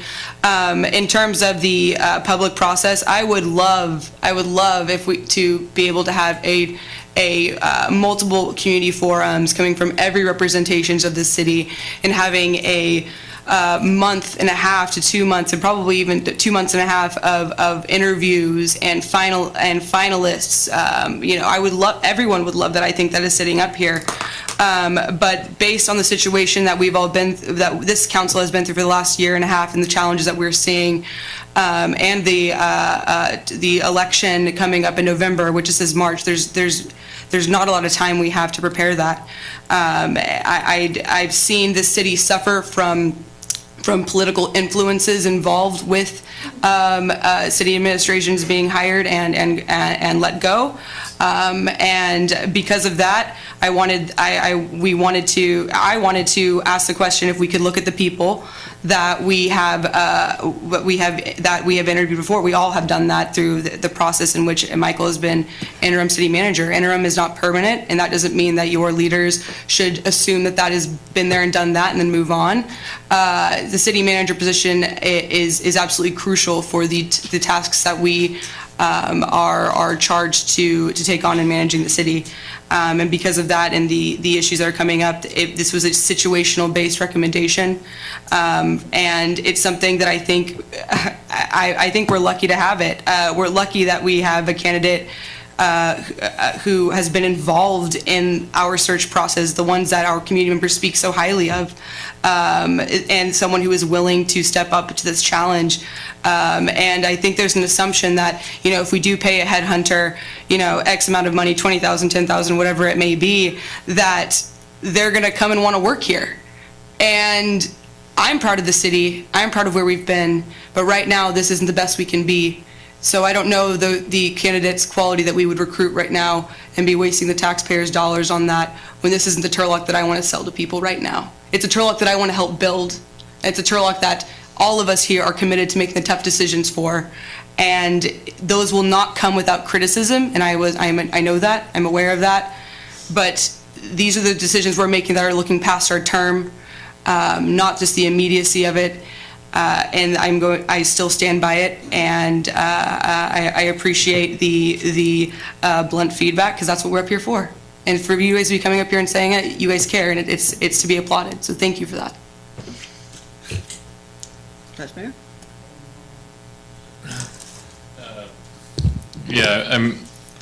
I think we're all in a situation here where we're having to make decisions that are very difficult, and this, speaking to the city manager hire specifically, the thing that's become incredibly clear in our limited time here is that the most desperate need for the city is immediate leadership and consistency up there. I absolutely would love to have gone through a process where we could go through the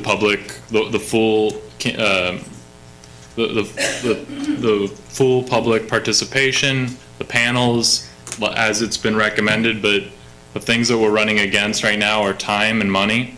And the most important thing right now is that we make the decisions that, regardless of public opinion, are that we all have an inside look into what this city needs right now to stabilize things and to get us into a position where we can start looking forward. And I understand we're gonna get threats of recall, whatever it may be, but we have to make decisions that we believe are in the best interest of the city, regardless of the criticism that we're getting. I hear from a lot of people outside of these chambers as well.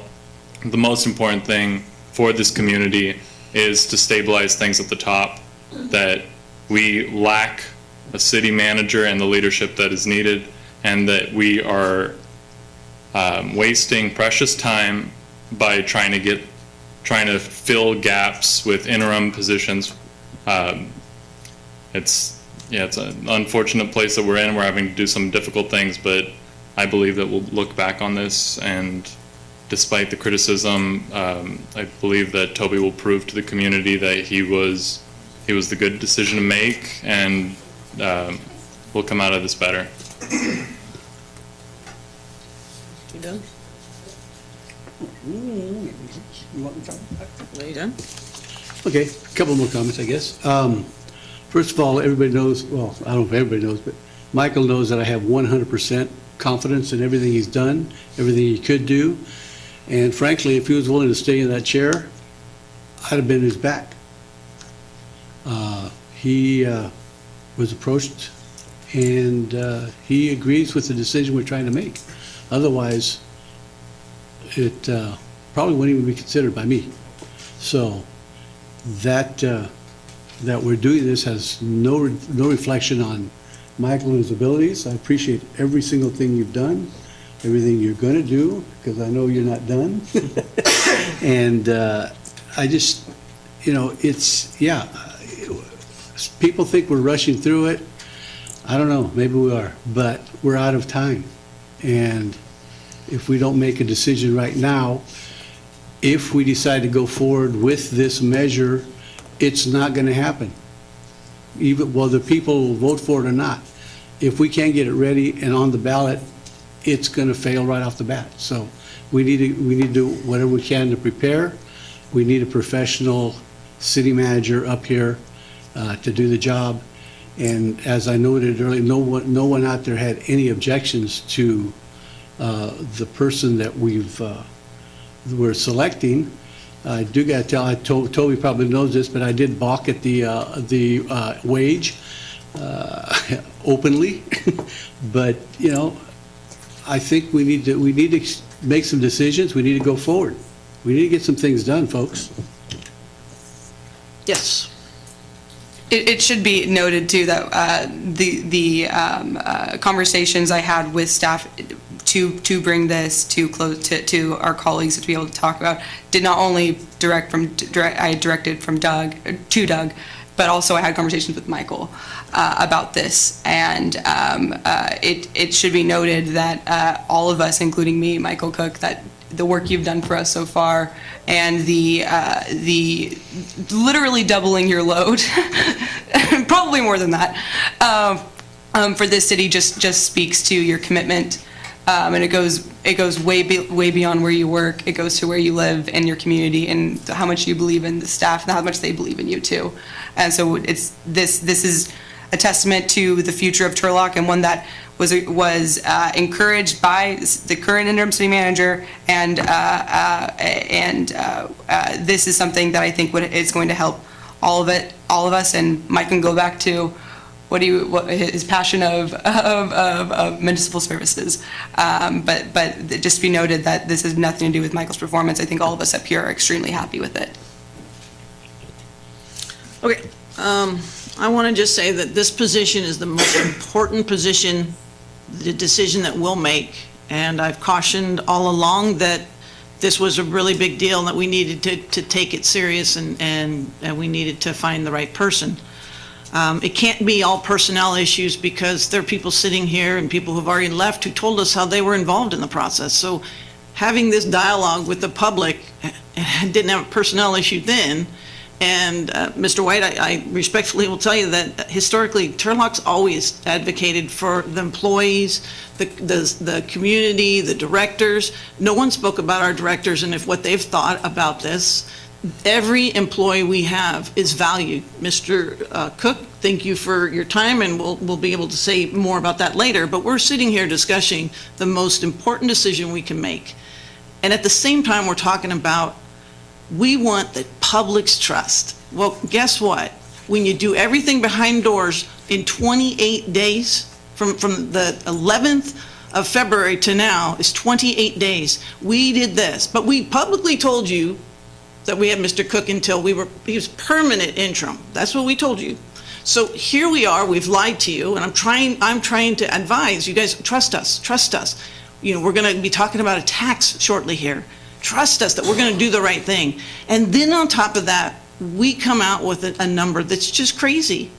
In my entire time on council, we've never had a financial situation as we do now. The crisis is serious. And of those times, we did have bad times, but we had something to fall back on. We cannot ask our employees to give us their money, their healthcare money, and turn around and spend it on somebody. I told Mr. Wells that I wasn't happy with the number and I wasn't happy with the process. No disrespect to him. But this isn't how I want to be remembered in my time. I want us to look at things and know that what we do, the public's gonna look at us and say, hey, what the heck? There are options that are still abound. We had Ms. Pitt she wanted to be considered. She could fill in while we do this. When you speak of the fact that we need somebody for taxation, that's not what we do. We pay somebody to put it on the ballot. We don't sell it or we get FPPC violations. Hang on. So for me, we're not hiring Mr. Wells to be our advocate for taxation. That's not what this is about. But the whole perception is going to come out as we didn't want to listen to the public and we knew better than them. He may be the person that would rise to the top and we have a search, but we don't know that yet, and it's not right for us to tell the public, just trust us, we're doing this, and this is the best price we can do. We didn't have to give him $220,000, and that's just base. There's all these other numbers on top of it. That's not necessary. Asking for a reduction afterwards, understand that Mr. Lawton came in at 216. He had additional stuff for his masters, things of that nature, but the base was that. And on top of that, the man realized after he got here that we had a financial crisis, and he gave himself voluntarily 9%. I don't want to ask for a 9% because it's still going to sit on our PERS if he gets hired at $220,000. Those are the things that I am sitting here thinking about when I'm asking the public to give us a tax later on. That's where I worry about, are we doing the right thing for the right reasons, and can we say to them, trust us? That's my final one. Let's not do, you guys, hang on. So is there a vote? Or is there more dialogue? I'll make a motion. Move to approve. We have a motion. Seconded. We have a second. Clerk, call the roll. Councilmember Larson? Yes. Councilmember Ariano? Yes. Councilmember Nazrati? Yes. Councilmember Esquer? Yes. Mayor Bublak? No, it passes 4-1. Welcome, Mr. Wells. On to the next item. We have where are we at here? City manager report. This will be very short, Mayor. If you do want to get something on the November ballot, as Mr. Puffer asked, that would have to go to the county clerk by the end of June. It has to go to the supervisors by early July. So I would recommend the first meeting in June as a drop dead date for the council to make a vote on that. And we're trying to find out the cost to put it on the ballot. We do know that 2 council districts will be on that same ballot, as well as the city treasurer, which will be obviously mailing to the same voting population, so we can just piggyback off of that, which will save money. It won't be a special measure or anything. So Jennifer is reaching out to her counterpart at the county to find out that cost. So that's all I have for my report. Wow, that was quick. So when, you'll be bringing something back? What do you want, how's this going to happen? Well, over the next couple of months, if you're looking to do something, we'll have to work on for an expenditure plan. So if you're going to do a sales tax, how is the money going to be spent? getting community collaboration on that. So are we going to have a workshop then? Town hall workshop, different methods of doing that, getting the public employee groups involved And what's the deadline? for, Putting it on the ballot? so you have to, what has to be to the, has to be estimated county by the end of June. So we'd have to, council would have to vote early June. And so you've got April and May and March, so you've got 10 weeks to do that development. I would say, just because it's been my experience, we've had cities that have, when they submitted things, there's been like technical errors or the registrars had questions. So we'd want to get it there at least 2-3 weeks in advance. I would not, this is not something you just turn in like the day of or the day before, so. Any questions of Mr. Cook? Okay. Council items for future consideration? Yes. Yes, a couple of items. I've had a couple of constituents that have brought up items, and I just want to say that we are currently looking into the possibility of installing a stop sign someplace on the East Linwood. It's been pointed out to me that there's approximately a 1 mile stretch between Linwood and Gulf Road with no crosswalks, no stop signs. It makes it, anybody trying to cross the street there is going to scurry because our speed limit, as when you give cars that much distance, they tend to accelerate way past what they should be traveling. So I am looking into that, and I think staff's going to help me out with that. Also, there's a possibility of looking into some dangerous left turns on Fulkerth between Diane and Tegner. There's a driveway that's got some pretty obstructive vision, and cars coming out of the business turning left. Possible cause for alarm there, because by the time they get into the right-of-way, anybody coming eastbound on that same road, they're not going to see each other. There's not enough, so we need to look into that as well. Anybody else, items for future consideration? I would like to ask if we're still directing to look at the executive positions that are open, that we're going to move forward on that pretty quickly. As well, I've had constituents ask me why we couldn't ask the PG&E or whomever, when they're working on roads, to do it in the evening, as opposed to, usually it's like Gear Road or something crazy like that, and they could do it at another time. So why if we need to make a policy of that, that would be kind of a nice obligation to not mess up our traffic. All right, council member comments and announcements. Councilmember Arano?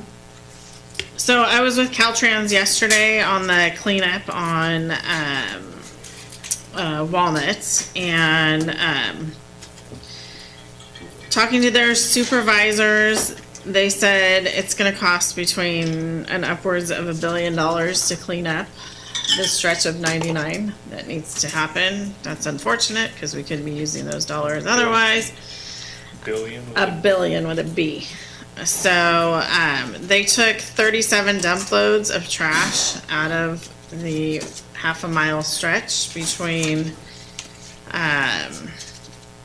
West Main and the overpass. So they're going to start working on Taylor next week. Mark Gomez has done a good job. Thank you to the fire department for coordinating those efforts. It's been a long time coming. He did say a squeaky wheel gets greased, so he was going to send me the number. He said keep calling, because they keep getting pulled to Tracy if they want us to finish Turlock in this immediate area. So they're supposed to finish Walnut this week, Walnut and 99, and they're moving on to Golden State and mitigating that area the next time. So I just want to thank Mark and the fire department for all their due diligence and getting them down here, and all of our service providers for helping and going out yesterday with the downtown streets team. I did speak to one of the gentlemen that were actually living in the Oleanders, and he said he had been contacted by the county and their streets team.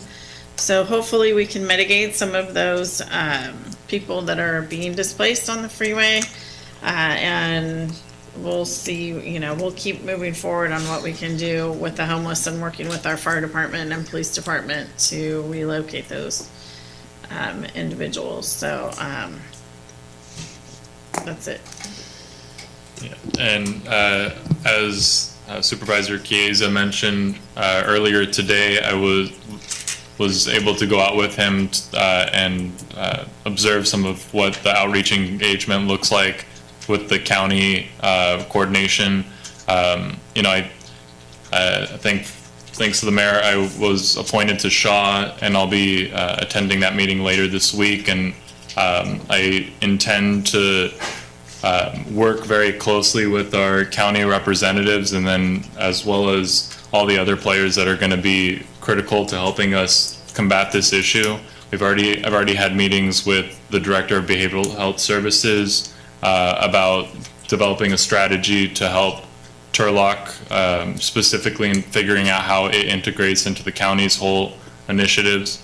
We're already having some significant conversations related to what that first step is going to look like, what level of commitment the county is going to be able to provide with us, and just some positive traction related to that. And I look forward to hopefully bringing a proposal at some point in the near future before this council, so that we can officially endorse the recommendation of what the city of Turlock strategy and is going to be, and how we want to go to our county and the Shaw, and figure out how we're going to secure the financing necessary to make any of that happen.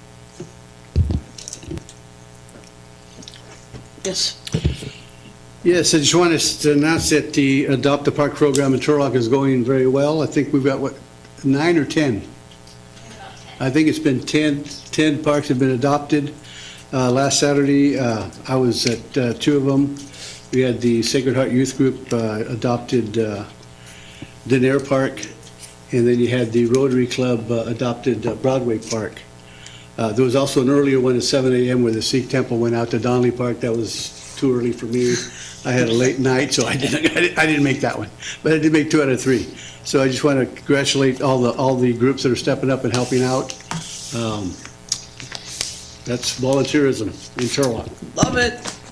And then I forgot to ask, can we have the 3 items that we met and confirmed on for our retreat put up on the wall, so that we can be focused on what our goals are for the next however many, 6 months, 8 months, whatever it is?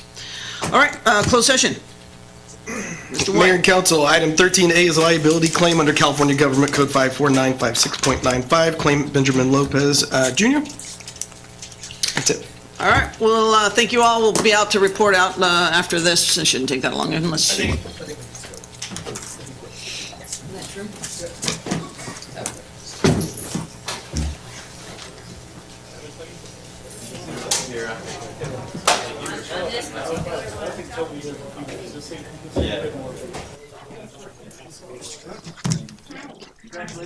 Second time in your life.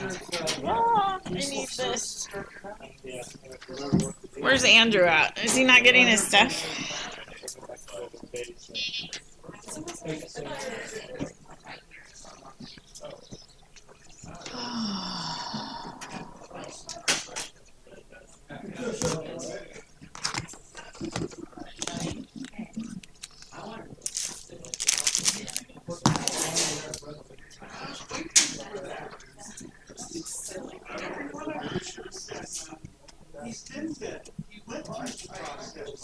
I was the first one to get to shake the hand of our new city manager.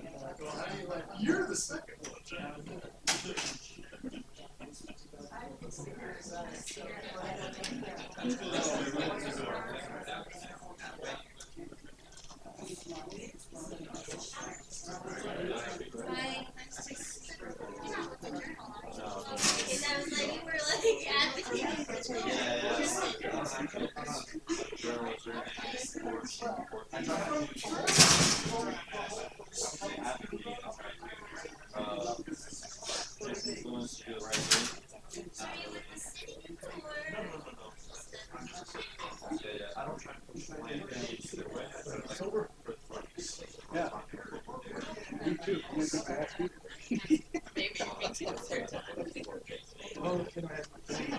This is how city business should be taken. Expeditiously. Yeah, very good. Quick. We don't want to keep you guys waiting too long. George? He's going, oh, wow. Staley's. Mr. White, report out, please. George? He wasn't ready for us. Report out. Mayor and council, direction was given to the city attorney to reject the claim of Benjamin Lopez Jr. unanimously. That's all to report. Move to adjourn. We got a motion? Seconded. All in favor, say. Aye. Aye. So he goes to a chiropractor in Sonora. Comes through this way. I don't want. Arizona, Oh, yeah, Dutch it Bowl, is. comes to Dixon. These are I know, it's always So, Turlock has amazing swag. so yeah.